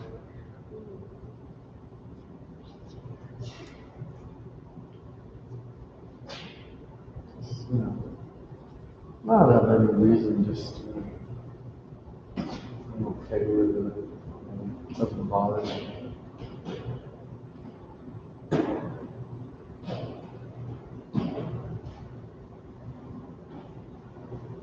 Usually stop somewhere on the way there. That's what I was gonna say, because if I remember correctly, I used to drive a lot to Lancaster, out of state as well. And after a while of driving, and it's just you, I found that I get zoned out a little bit. Yeah, you do. Like almost like being hypnotized by It's the a little hypnotic. It is. Yeah. But it's not unlike when you're making art, though. So Right. it's kind of the same thing.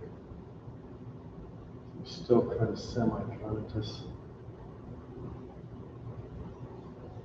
And you hear someone banging on the drawing.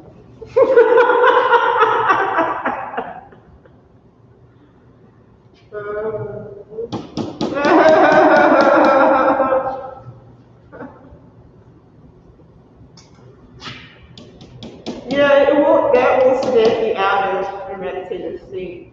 Right? That'll wake you up.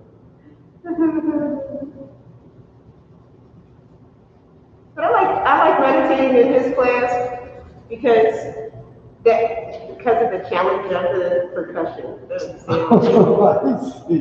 So if I can meditate past that, I'm great. I'm doing great. Wow, you that know? gives you focus, right? Yeah. That's pretty funny. I like it.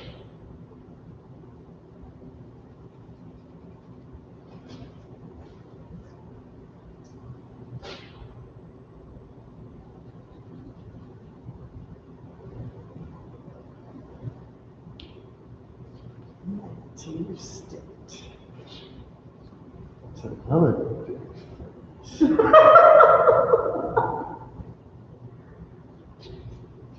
I've got my entire state of well-being to take into account.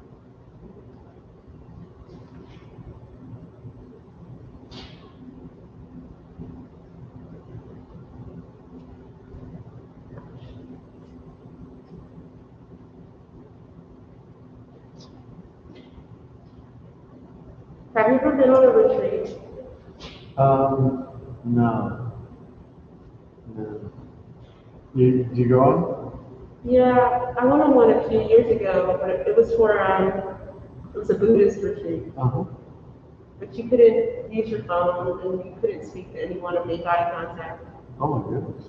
Yeah, it was pretty wonderful. Huh. But I was just thinking about how COVID makes those things Totally. Yeah. challenging to do. Yeah, we all do this. Truthfully. I could see you leading an artist retreat. Though. Yeah, I was just gonna say, I hesitate a little bit because I kind of have done that because I've done overseas workshops. Okay. So it is kind of, I would call it a retreat. Yeah. Definitely. Yeah. I could see you leading one where the people that are in your retreat are doing landscape work. Yeah, that's what we did. We went to South France. Oh, wonderful. And we did models outside in Nice. What? Yeah, in this big garden. It was a 5-acre garden. I'm sorry, I have to do this. Yeah, it's starting to go, right? Just a second. Yeah, that was pretty cool. It was in this town of Lanapool. It was right next to Cannes. Oh, whoa! Where they have the film festival. Yeah, and it was in this castle that was restored by a sculptor. He called it Lanapool. Got to stay in the castle. We were in the turret. So you What? had windows around it. That's really cool. Yeah, and each day we worked together and then we eat dinner together, we travel to different places, and we have commentary about things and exchange ideas. It was pretty cool. It was definitely a retreat.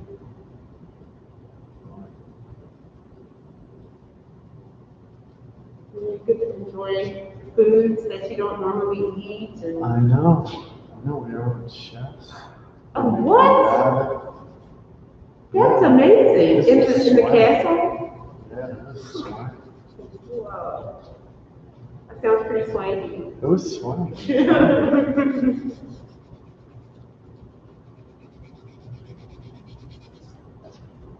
Then we did another one to Arles and Aix-en-Provence. Found locations where Van Gogh had painted and stuff. Ooh. The locations of the gardens, like they look exactly like They when were you painted. exactly alike. Yeah, they were no different at all because they're so old. Those areas were Roman. So just going back a couple hundred years was nothing. Or 100 years. And yeah, so Van Gogh's house had been bombed. That little yellow house, but Arles was still basically the way it was when he was there. Did you see the movie by Tony, the one directed by Tony Chalamet? Yeah. He's a good filmmaker. Oof. Yeah. Terrible thing. I'm sorry. This is terrible. Scott said the same direction. Wow. He also did a great one in Boston. Yeah, I remember that one with David Bowie. Very good. And then he did one on the poets, which I didn't understand, but really, really talented company. Amazing. Yeah. Scott's such a He said, you're definitely on the same page as far as the yeah. Julian Schnabel's paintings. Yeah, the thing that blew me away about that Van Gogh film was they were showing paintings that look exactly like Oh, yeah. the landscapes. And, Oh, it's no different. No, you can see why he did that. It's the same thing. yeah. We're sitting there right in the same fields and you're still looking at the same views. It was just pretty intense.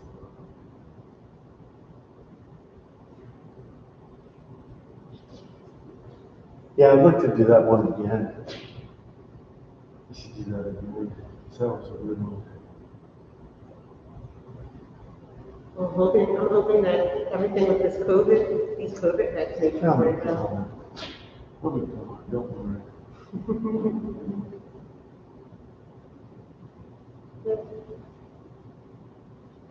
It's going to be in the rearview mirror before we know it.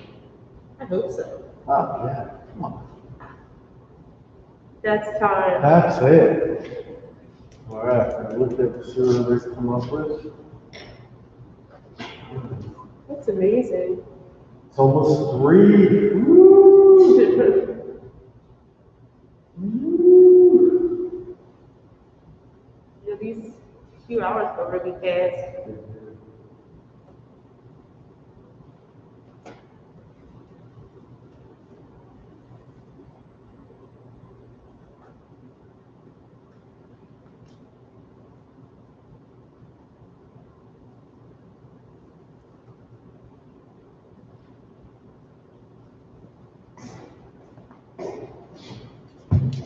All right, troops, let's see what you came up with. Vanessa, how's it going?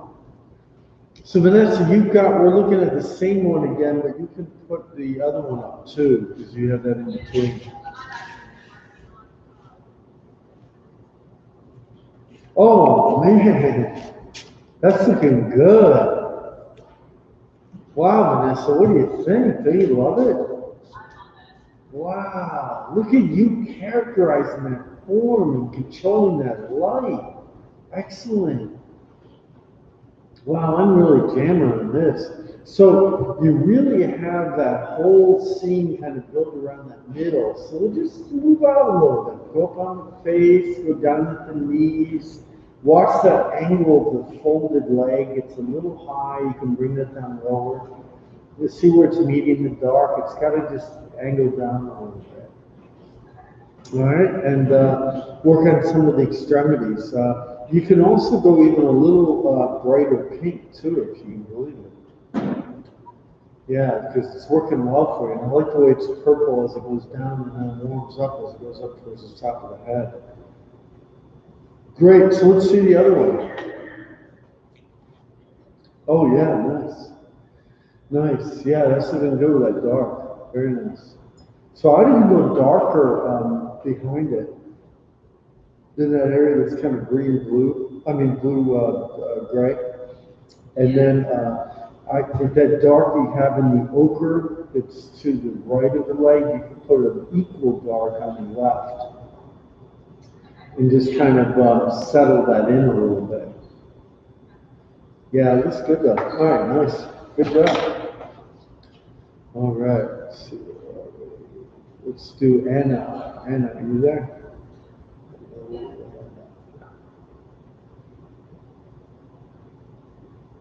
Oh my God, Anna's so completely so different. You showed me this painting and said that it was the painting you showed me earlier. I would have said, no way. No way. Oh my God. What a difference that made. Yeah, turned it a little bit again because it lost the light. Yeah, there it is. I love the light coming down that shoulder and how gray you have it in the torso. And then the choice of going blue for that fabric around the upper body of the model looks good. I like the reds and oranges, and then you pick that up around the drapery, which brings you up to other. So let's just heighten some of the lightness now on the shoulder of the model, and then coming down that leg, and then the same thing with the upper arm, and then the knee, and let that become a little stronger, and then go into the drapery of that. But I think you could be pretty much done today. So you could definitely be a category of, hey, we've done enough. Let's start a new one when we get back from break.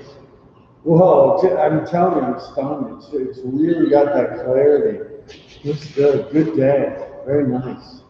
Must be a new apartment and everything. I think so.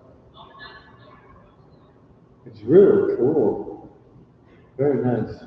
May you live in interesting times. Well, I think you are. I think you are. I think you can definitely be assured that you are. Okay, good. All right, Claire. All right, Claire. Let's see. You got a great light in you. Oh, wow, you got a lot going on. Now lift it up just a little bit.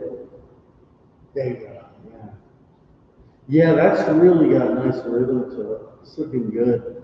So I'm really moving from the figure that's higher up down that cascade of the yellow, and then picking up the light again on the figure against the blue. So this is what I'm going to ask you to do.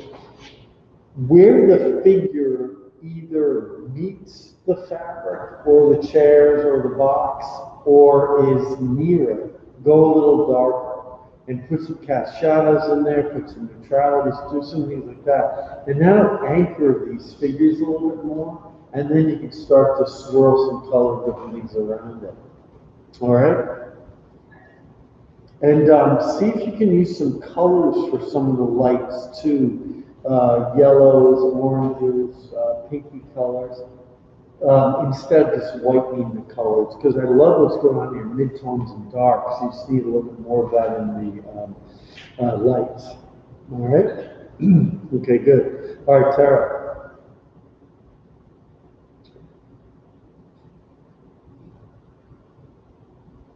Oh, Tara, nice. Nice. Yeah, so I think the part that reads the most dynamic right now is the part that has that very strong blue, and then that neutrality of the body, and then goes up to the light. So let's get into those lights that need to replace the white parts of it, and really build it up like you did on the other figure, and then get around that face, because inevitably that's the the real anchor point. Now it looks to me like you put some texture in that background. You doing that? Breaking up that brush stroke a bit? In that middle? I think that looks good, so let's do more of that. So that broken stroke is good. It catches light, and it's a nice way to kind of impress upon the viewer that there's a transitional space there. So that's actually not a bad thing at all. Yeah, I think that's looking pretty good. Yeah, it's going well. How you doing today? How you doing today? Come see, come saw? A little bit? Oh my gosh. Well, don't worry yourself about that. Part of it's just projects that are ongoing, and you can catch up a bit now with these spring break times. All right, so you do some of that. But at least with this, you can be revealed. We don't have that because we're doing all our working class. All right, so don't worry. So just start to solve things as they come along. Okay? You do your best and you do what you can do. That's the way to do it. All right, and just keep dialogue with everybody so they know what you're doing. Okay. So even if it's partially done, sometimes it's better than saying, "No, it's not finished." You can just say, "Of course it's not finished. It's partially done." But you work on it. All right, good. All right. Let's see, Kate. Hi. Replace the pin. It moved. Kate got moved. There we go. Yeah, it got moved. I'm just replacing the pin. There it is. Oh yeah, wow. Oh, nice texture, Kate. And really vibrant colors. Okay, so what other colors could you say exist in the figure in those darker colors? Because you've got a nice sense of this darkening, but what other colors could exist in there? What could make those colors that are kind of a browny red look darker? I feel like people like dark blue or something. Dark blue's a good one. Dark blue one, purplish, and what about green? Wouldn't green be the complement of red, right? And that would really start to really give you some, action in there. And a little trick is sometimes putting really high chroma color right next to another one. So like for instance, if you're doing my arm, and you just put a little bit of a high chroma color, like a green right there, your eye will mix it. You won't have to mix it, and that way it stays brighter, but your eye will make it seem like it's more shadowy. So you can do things like that. But I think the blue and purple is a good idea too. All right, so go for that. Good. All right, tab, are you there?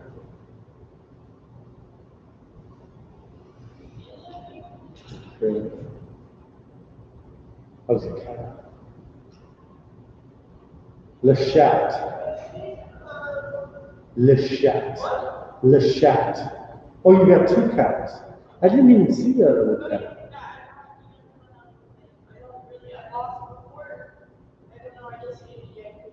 Couldn't even see it. If you person you would have seen it, and the face was very much like the face.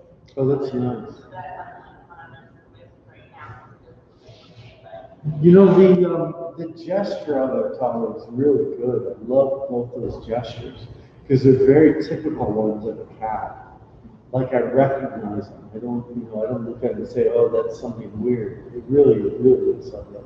And it looks to me like you're also getting more painterly with some of your, what I might call little tiles of your quilt. You know, they're getting much more open. And broken stroke, which I think is helping a lot. Yeah, which I'm definitely seeing in that car. Yeah, I know you fade in and out, but it's okay. We're catching it. I'm catching it. But it looks good, and I like your color choices in there too. Like when you got closer to the cat, I could see some of your chromatic choices, like your oranges and yeah, it's really different. You got these oranges and greens and really vibrant colors. Looks good. Yeah, it's cool to have like the bright background, like force me to match it in like more natural things like the cats. But I have a question. Sure. Like a very specific one. But you have, or I don't know, it just seems like you have person might just have an offhand it's Okay. I think you have this right here. Yes. This way out of the bricks. And Yes. like, how like just like it gives simplifying that, which how doing it. Right. Yeah, I think the way to do it is when you do brick, if you take a brush that's similar to the size of the brick that you want, you put that in as dashes of paint, like dashes of it, and then you go around to the mortar and you paint that around it. And so that becomes like this play off of it. In some cases, you keep it a little bit more like, because you're doing your pattern, you make it a little bit more of a line. In others, you break up that stroke so it doesn't have a difference between the two reds. It just sort of merges. But the key is to just use your brush stroke size for the form itself. And they'll kind of make itself nicely. Make it. But it's coming together nicely. It's good. Are you doing this at home or are you at school? Yeah. Good, good. See if you kind of control a little bit more. That's good. Yeah, cool. All right, next one.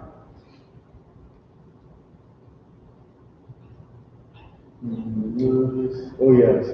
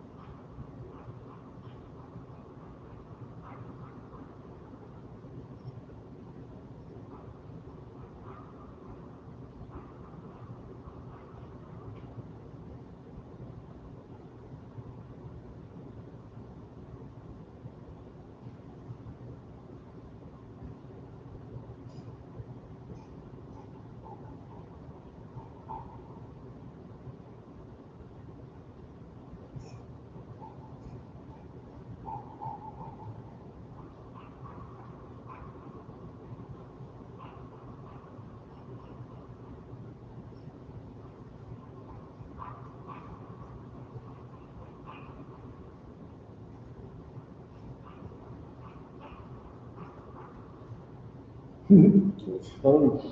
It's banging. It's like the Scott thing. Probably like a Foley, I guess that's what they call it, sound Foleys. Yeah, I have a it whole bunch of sounds, a whole vocabulary of sounds from this school. really is. We should make a soundscape piece. Oh, that's a great idea.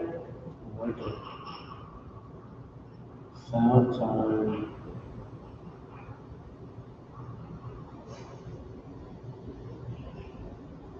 So when you go into the gallery on Wednesday, introduce yourself to Rebecca. She's got blonde hair. Actually, the two, more of you, the two, you can introduce you to both.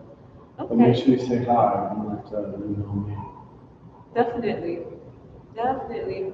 Will I be allowed to, so if I do like a video cast Yeah. for my Sure. social media, can Yeah, I? for sure, definitely. And you can even interview. They're really cool. They're both really good on camera. Oh, excellent. Really good.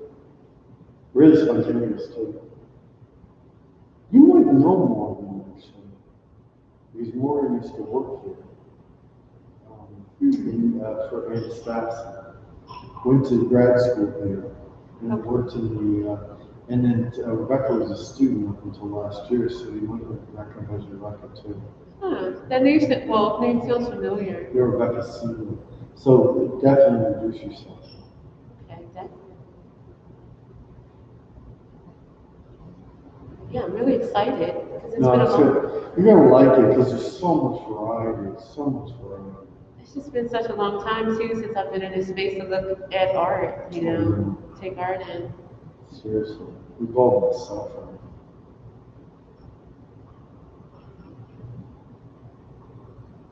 Yeah, and virtual galleries aren't quite the same. No. Come on.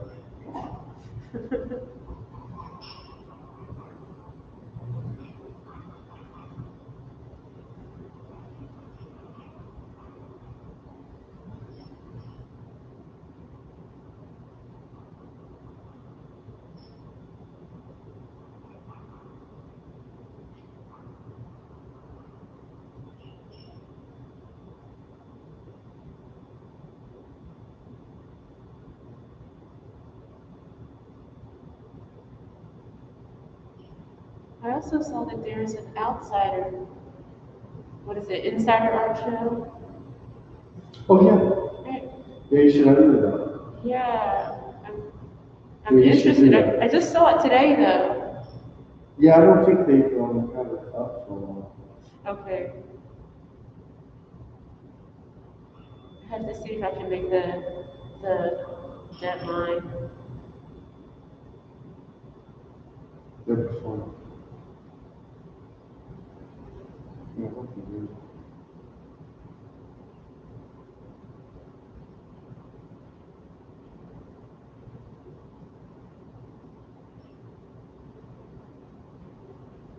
Yeah, it's so funny that they do that every year, but they don't do a property show. What? Yeah. I can't believe that. No, we're not allowed to enter.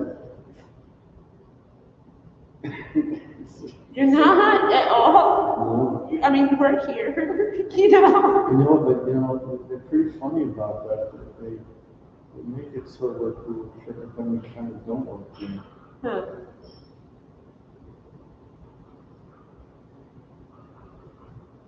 I mean, we definitely like to see the work of instructors, you know, the art teachers.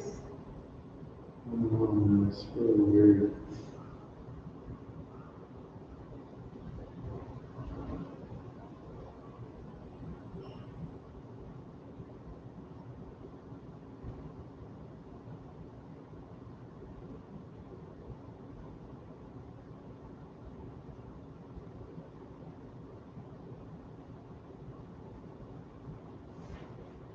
We had a cool show about 10 years ago too. That was called Academy Faculty Collects. Mm-hmm. And so we kind of talked about work that we kept. It's kind of interesting. That'd be a really good one. We could just see maybe have a select convention of one of ours with it. said it was 10 years ago? Was it? You said it was 10 years ago? Mm-hmm. Okay, that's so wow. I Maybe. say you're due again. Maybe even longer. What a long time ago.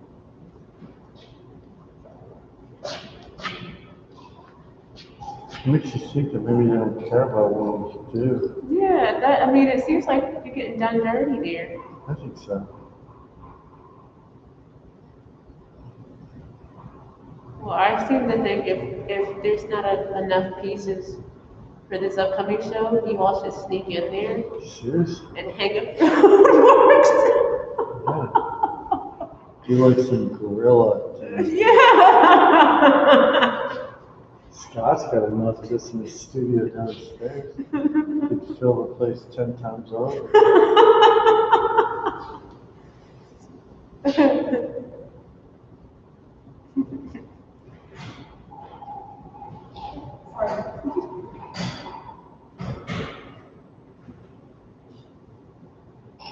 That's funny. And then you could set up your soundscape, your artist soundscape corner. No.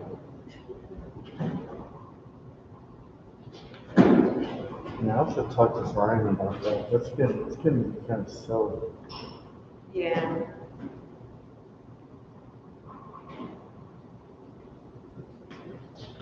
I mean, I would think that's one of the perks of being here too.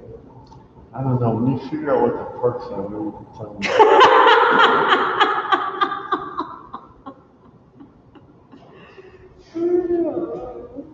And you let Scott in on it too. He's curious too.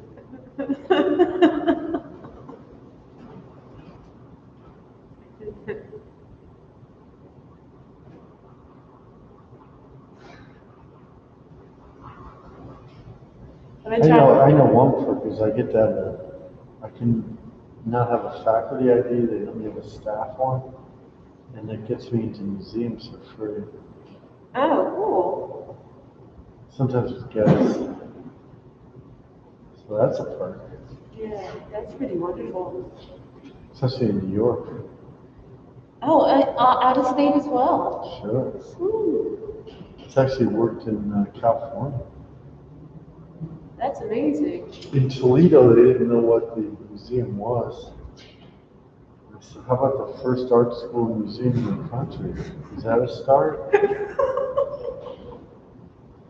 And they said, oh, in Philadelphia, like cheesesteaks? And I said, no, Philadelphia, the Liberty Bell, the Constitution, Independence Hall, Betsy Ross House. I don't know, where do I start?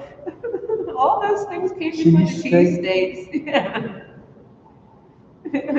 Cheesesteak, The Rocky seriously? statue. Oh yeah, they mentioned the Rocky statue too. Yeah. I said, come on. Man. That's terrible. Yeah.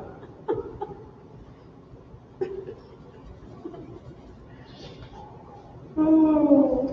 Really so.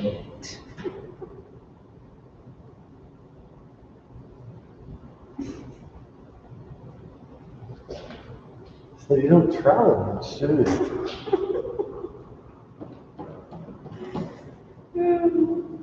I mean, even if you didn't travel, it's in art books, history History books. books. You know. Yeah, I mean, history was made here. Right. Jeez. And it's not like we had somebody visiting and they couldn't believe that these were the real buildings. The real Liberty Bell. It wasn't like a recreation. It was a real thing. We get to see it like, we see it every day if we wanted to. Right. Oh yeah, here's another one. Ben Franklin's grave. Oh yeah. How many people go to that?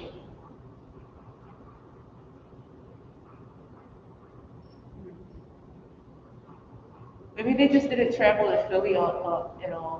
Well, obviously. But God, that was, so, I'll never forget that. I rattled off all these historical markers. Used to.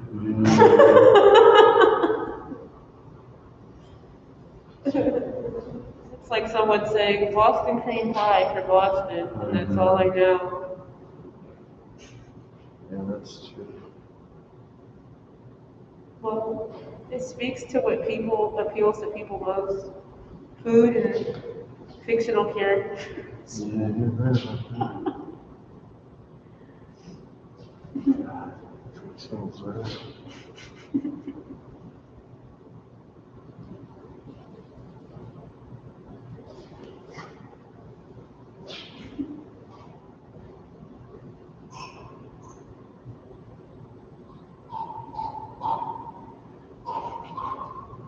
It's cool. It's got its own tones. It's kind of hollow. Yeah. It's texture. I was trying to think about how one could make visual arts sort of more performative Yeah, and entertaining. yeah. The process of making things, you do it, right? Yeah. Yeah. The soundscapes that you were talking about. Yeah. And not just hanging out in a room for a little bit.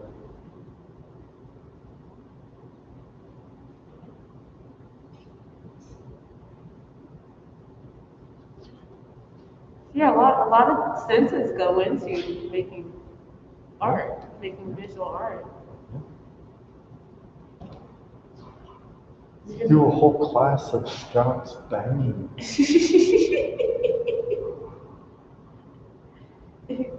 I think it would be cool to incorporate the banging he does into his talks to class. Just talk and then also the work.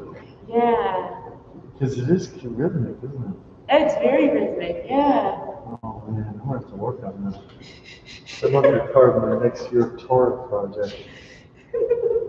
I can see you hanging like a triangle at the top of your Yeah. easel, Yeah, and every now and then hitting yeah, it. it's true. Okay.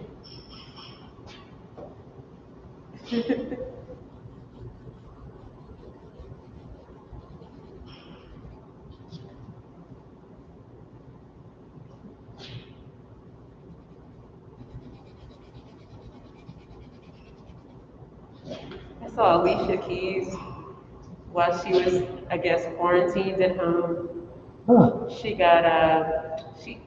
hooked her piano up to these like things. I guess it was these like things that could like shoot paint Oh, out of huh. her piano.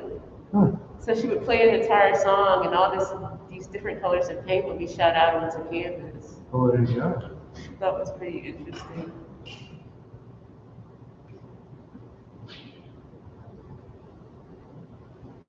But I'm sure it can go the other I way was just gonna around. say, I think we gotta switch that around. Yeah.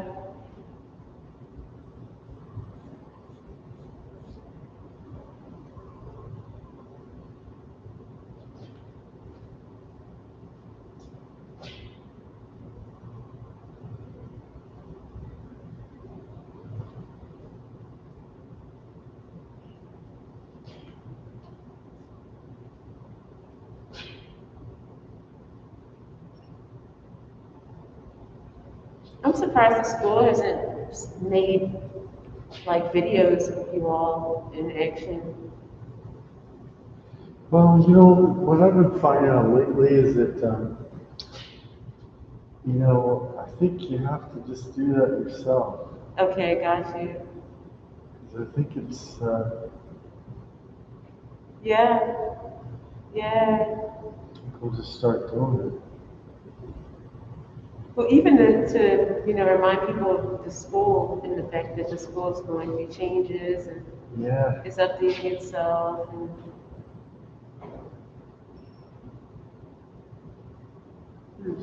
yeah, it's true. There's been a lot of demonstration videos, and okay. Oh yeah, because of the remote learning situation. but I haven't been a lot of them direct ones.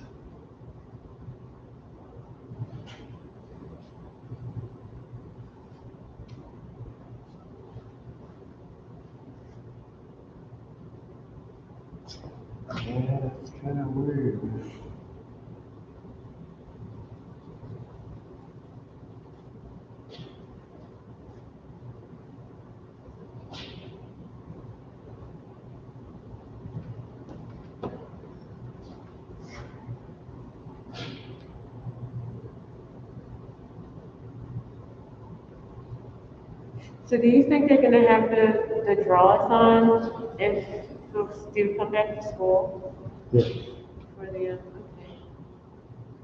yeah, everything will be fine.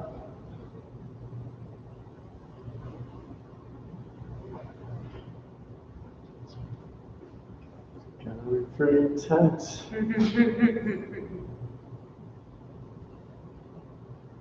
Yeah, you figure some people haven't seen one another's in a long time. I mean, Yeah.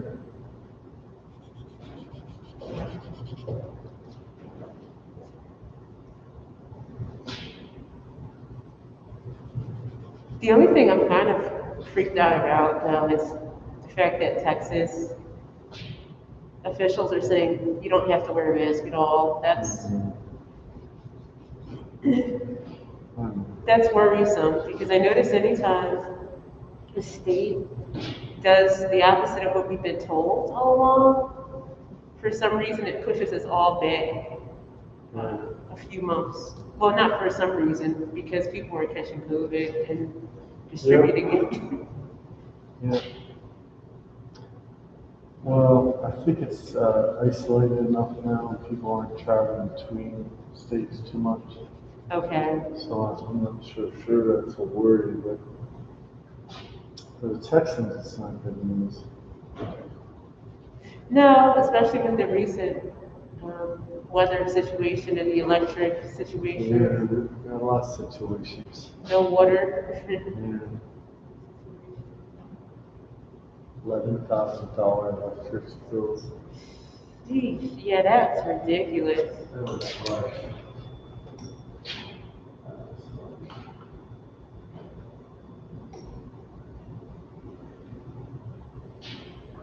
11,000 dollars. You know, I couldn't imagine.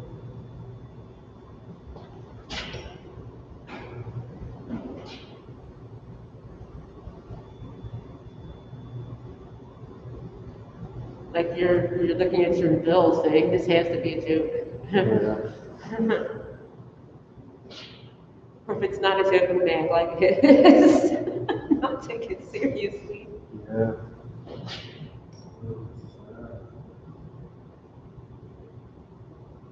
Well, that, and I noticed in current and on the news, they're talking about March Madness, Right. which I totally forgot about because I don't follow basketball. But how folks were partying around March Madness coming up. And they're saying in the basketball arenas or in arenas, they're not going to have folks show up. You know, they're not going to sell tickets. Right. But I feel like folks are going to still gather at their homes Yeah. and possibly in bars now because a lot of the restrictions have been relaxed.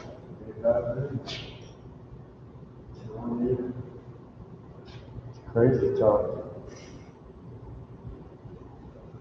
It's like between Texas and Florida and Georgia. I feel like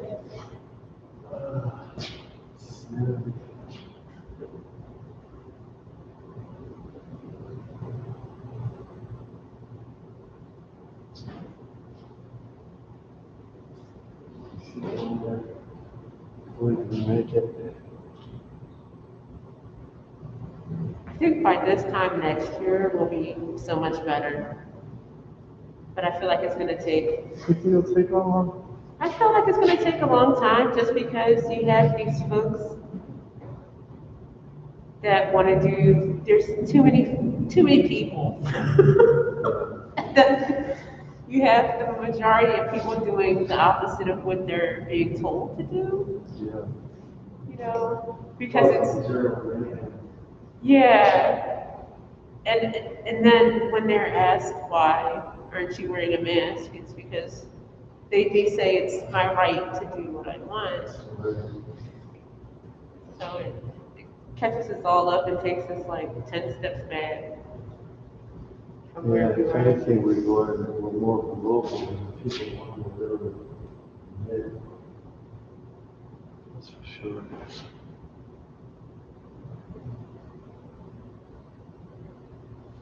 I mean, the incentive is that you don't get You don't get sick and get other sick. Yeah, right. Cool.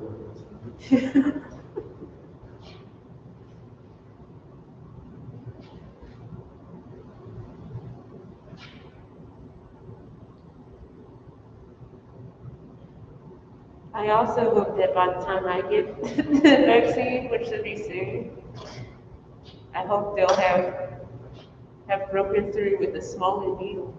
That needle is like it's really large. It's long. Yeah, but you know what? It's just a moment. Yeah.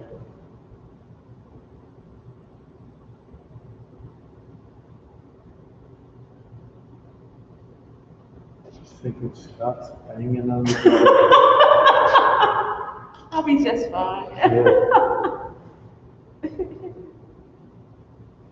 Courtney eats salmon. Bananas. No, Bananas eating salmon. I was eating salmon. I can imagine bananas would jump really high Yeah. for salmon. Yeah. That's a good one.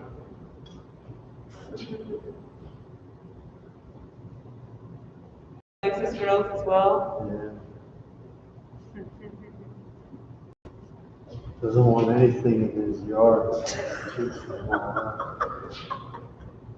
He's like, get off my property. Yeah. Just about catches them too. Whoa. That really scares the squirrels because they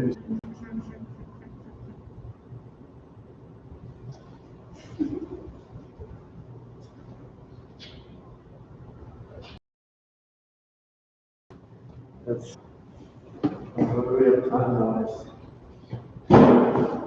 It's 2:34. 34, so we have, so we'll do like a 10-minute one.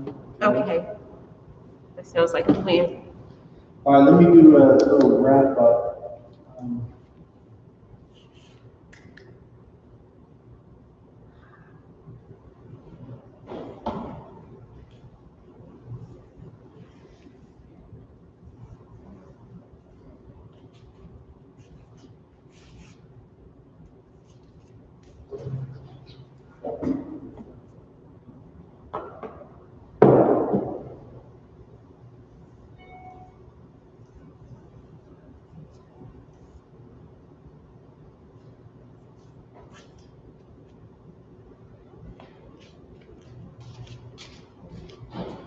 It's gonna be 70 on Thursday.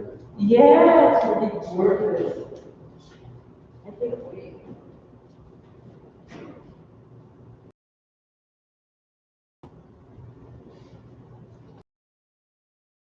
think the cherry blossoms will be popping soon. Are coming out?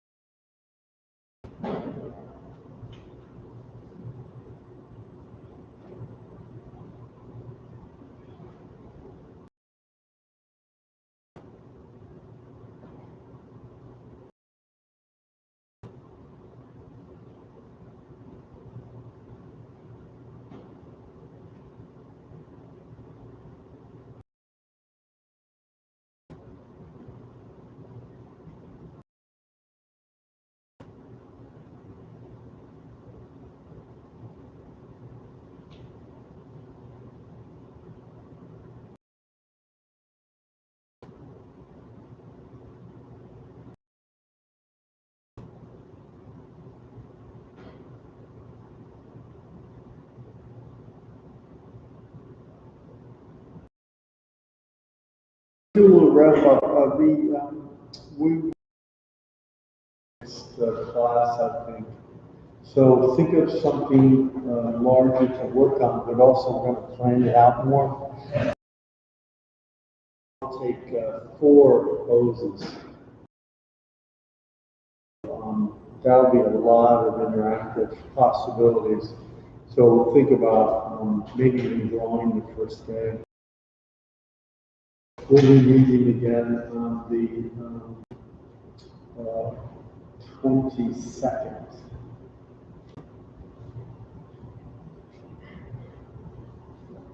Wow, it seems long,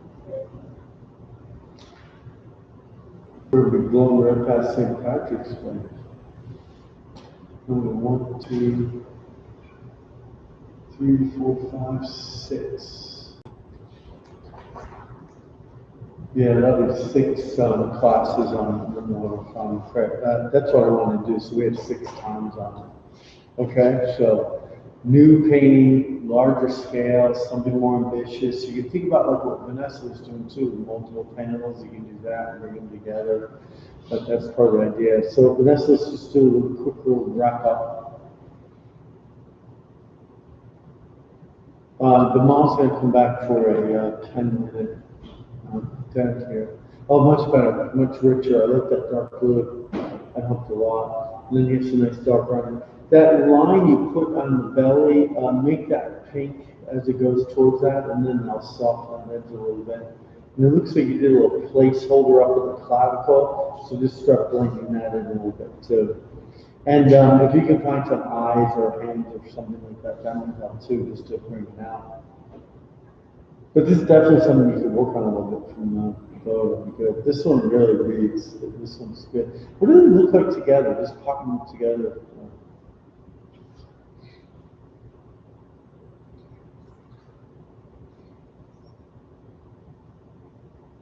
Yeah, that's cool. I like that.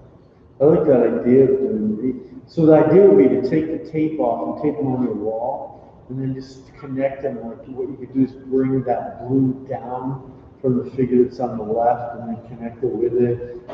Turn that shadow up, so it goes in, and then you have like the larger and the smaller.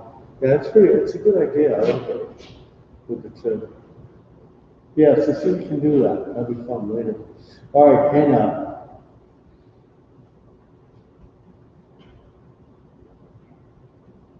Yeah, you're definitely ready. Oh, so it needs to get lighter, so zoom in closer so the camera adjusts. There you go. Yellow, good orange and yellow. Nice, nice. So now just define, see how you're defining a bit on the abdomen, where you get that rib cage going? If you come up underneath the arm as it goes into the back of the shoulder, and then up and over the top of the shoulder, like you did the forearm, that would give you a lot of information. And then that wedge-shaped color you have on the lower leg, that can move into the ankle and then descend a little bit to the back of the heel, so it doesn't just kind of end flat like that. Just subtle little things like that can make a difference, because you really did that upper and that midsection of the body, the way that light comes down and that form turns. Really good. Good job. Nice. All right, great. All right, Claire.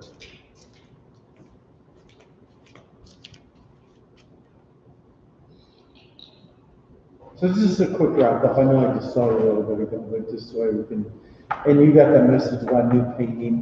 You were pretty big anyway. This is pretty big. Maybe you can go just a little larger. Like, what do you think the size of this is? Do you think it's like around 16 by 18, something like that? A little smaller. Yeah, maybe just a little bigger, almost like a piece of paper size. Boy, you got a lot on that shoulder and head. Really nice. Getting the face in there makes a big difference. So you just separate a little bit more around the neck cylinder and some of the clavicle, which is really pronounced on the model. That can be good. But you also got so much done that broken up paint almost alludes to some more definition. So that could be interesting to keep that. And another fear, these big wedges of the eyes are nice. So maybe you can bring up a little bit of color in the pupils. See if you can get. And then lift it up a little bit so you can see the bottom part. Yeah, that's good. So if you just go a little darker underneath that bend of the leg in both cases, and a little shadow behind the extended one. But yeah, when you have 6 weeks around something, it'll be fun, because I think you're somebody who can really build something out of. So I think that's important to do that. All right? That'll be good. So you're ready. You're definitely ready. Okay, Tara.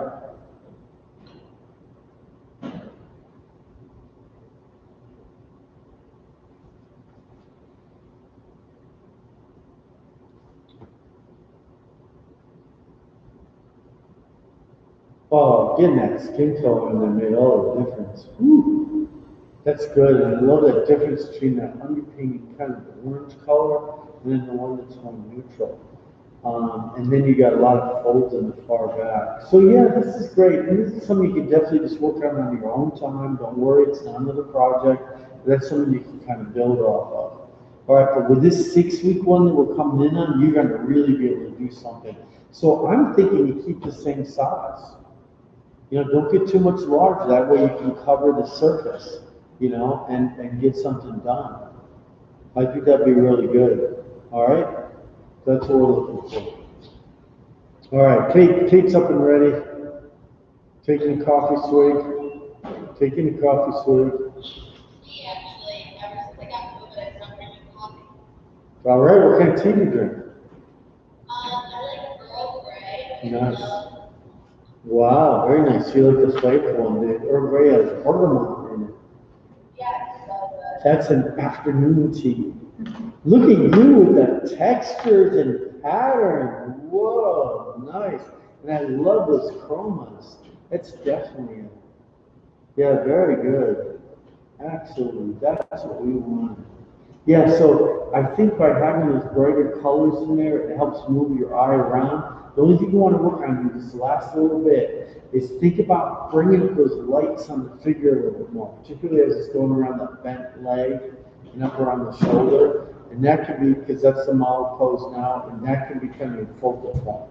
And get some eyes in there so you can get some character in there. All right? Good. Yeah, super good. All right.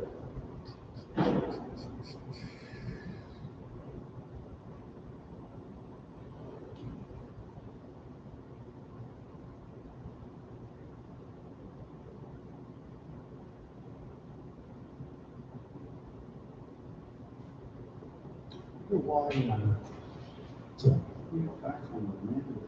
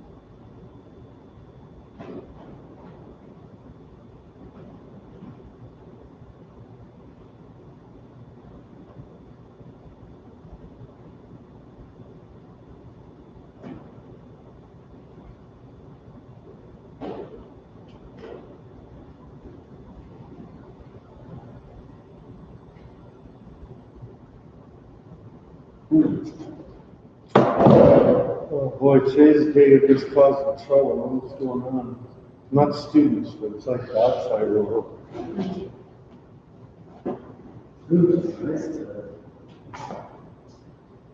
Ah, boy, the back of my ears are just so raw. I know what you mean. I feel like one of my ears is just gonna be deformed because the mask has been pulling on it for such a long I time. know. It's gonna be like a car door that's open. I know. We're gonna have to figure out some way to do that, resolve it, but son of a bitch. I've been checking out on, I watch NHK, which is Japanese news Yes. on television, and they have really nice masks. Huh, They have ones that you can see through, what the heck? and it's more like a plastic sort of mouth cover that's not, it doesn't look unreasonable, Hmm. you know. Yeah, we gotta up our game, man. What'd you say? We gotta up our game. No, right? Yeah, you're absolutely right. There's no reason why they should be cloth covered. Yeah, I mean, I've seen a lot of people with the plastic ones, the clear plastic ones. Yeah, I've seen one of them too. They also seem to be in like more like very professional settings, Oh, okay. like or settings where there's essential workers, Yeah, right. like the airports. Okay. I haven't been to the airport, so. I haven't been to an airport since November before. Where were you coming back from? Texas. Oh, I've got clients in Texas. okay. They're originally from Massachusetts. And then they moved to Texas. We moved there, yeah, because they wanted a more warm climate, Yeah. and they could get a bigger house for the same amount of money. And Massachusetts was pretty expensive. Pretty costly. Pretty cold. It's pretty cold too.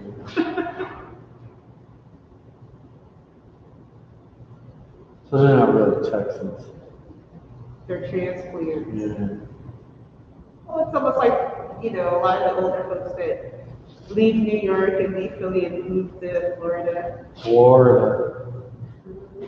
Oh, they live in Florida.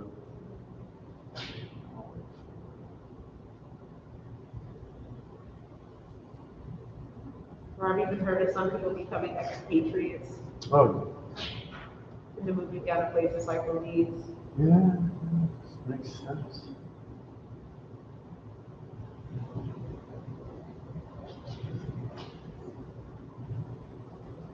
Yeah, I think as we get older, especially, our bodies don't really they don't really take well to cold weather. It's true.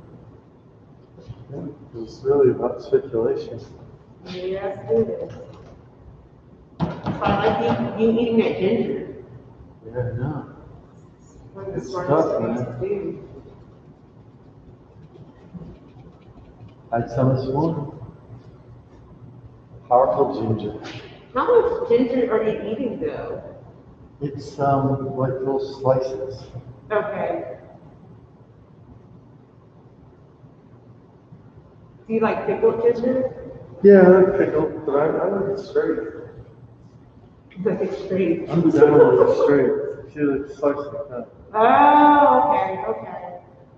I imagine you carrying a huge reed around this like. No, slice it. Yeah, you're like, no. Mmm.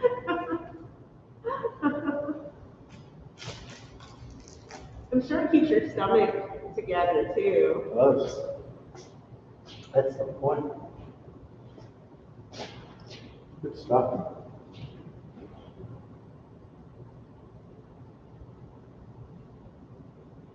Do you ever use ginger in your cooking? Always. Love it. Yeah. Ginger vegetables, ginger chicken, Yeah. Ginger and tofu is really good too. ginger tofu. Yeah. Makes for really excellent marinades. Yeah. Yeah, because it holds its flavor. Mm. So do you like spicy foods? No, not as much. Okay. My daughter does. Do you like spicy? Yeah, well, it depends on what kind of spice. I like spice to the point where you can still taste the food. You can still taste what you're That's eating. why I like. I'm a big fan of curry. Oh, definitely. But yeah, if it's like just a lot of hot red peppers, it just kind of blasts everything. Can't taste anything. Right. You know, Frying when you're enjoying the food. yeah, everything is yours and no. It's all the numbness.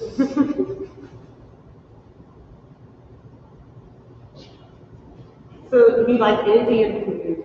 Oh, come on. Are you kidding me? If I ate Indian food every night, I wouldn't even happy. Oh, whoa. You like it that much?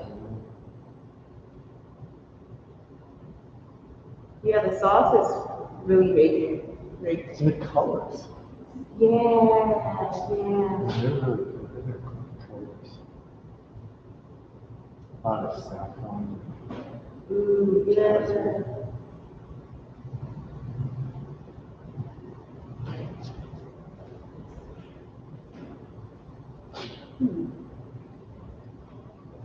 Do you cook Indian a lot? Do you do- No, the host takeout. I ventured into some of the curries, but I never really made the whole thing. Should, I just wasn't comfortable from as a child.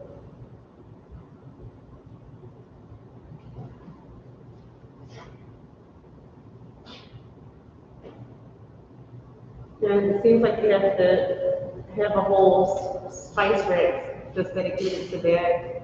Kidding?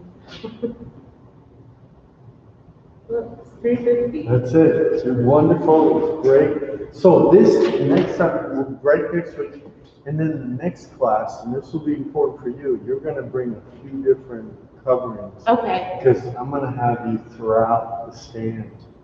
okay. All right, and one of them might even be in motion. Like it won't stay there frozen. You'll be there for a little bit, then you might go to the other pose. So we're going to be a little bit more free with this one, Okay. which I think you're going to really work with nicely. Yeah, I'm looking forward to that. Yeah, so that'll be fun. So, but it'll definitely be multiple poses. Okay, And, so and you and I will have to think about kind of a theme, and I'll work on some of the draperies and stuff. okay. But it's going to be a lot of like in the foreground, in the back. We'll have some different light. I'm kind of liking this overhead one. I think I might keep that and have you kind of work around it. Okay, that sounds like a plan. And that's gonna be 4 poses, 4 or 5 poses? Maybe even more. Wow, Yeah. So next week we'll start with that longer pose, and I was just saying to Medusa that one of the, or maybe even more, will be not necessarily a completely static figure. She might get up and kind of walk around and get to another one. And so we'll think about a more interactive idea, but it'll really fall into the multiple figure category. And we'll start thinking of themes, start thinking of ideas or something that might be expressed within that. And we can go over that prior to class. All right, so it'll be a lot of fun. And we'll have 6 weeks on it. So it'll be a good amount of time to really dig into something. Okay? So have a great mini break, and let's see what happens on the other side of it. And by the time we get back, I think we're pretty solid into some warmer weather. So that'll be fun too. I'm certainly looking forward to it. So that'll be fun. All right. So have a good rest of the week, and hopefully my whole week isn't like today. Today was sort of like a whole week all in one. So let's see. And it started at 5:30 this morning. So wow, it's quite a day. So it'll be fun. No, seriously, 5:30. Wow. I had to respond to this really important letter like at 5:30 in the morning. Oh, good. We'll see. All right. So fun. All right. So enjoy yourselves. There's a show opening up at Barnes of de Kooning and Soutine. So that's one you should think about seeing. And go see my show across the Fleet Gallery with that and the curated one in front. It's got a great response, and I think it'll be pretty inspiring to see all that stuff together. All right, so venture out. It's all safe. Keep your distance. Not a lot of people in these places, so you can certainly be safe around it. Although Vanessa, for you guys that are going to be driving, do not park anywhere near that location. It's been all closed down. There was an underground explosion on Walnut. And so what I do is I park here near school at the lots that are here and then just walk over. It's a short walk. You just go right down 16th. It's like 16th and Walnut. All right. So I was trying to get over there on Saturday, and boy, I regretted it. You just can't get near it. So until they get that done, so it's interesting times in the city. It continues. All right, guys. Take care. Have a great break. See you. Bye. Thank you. Have a good break. Bye.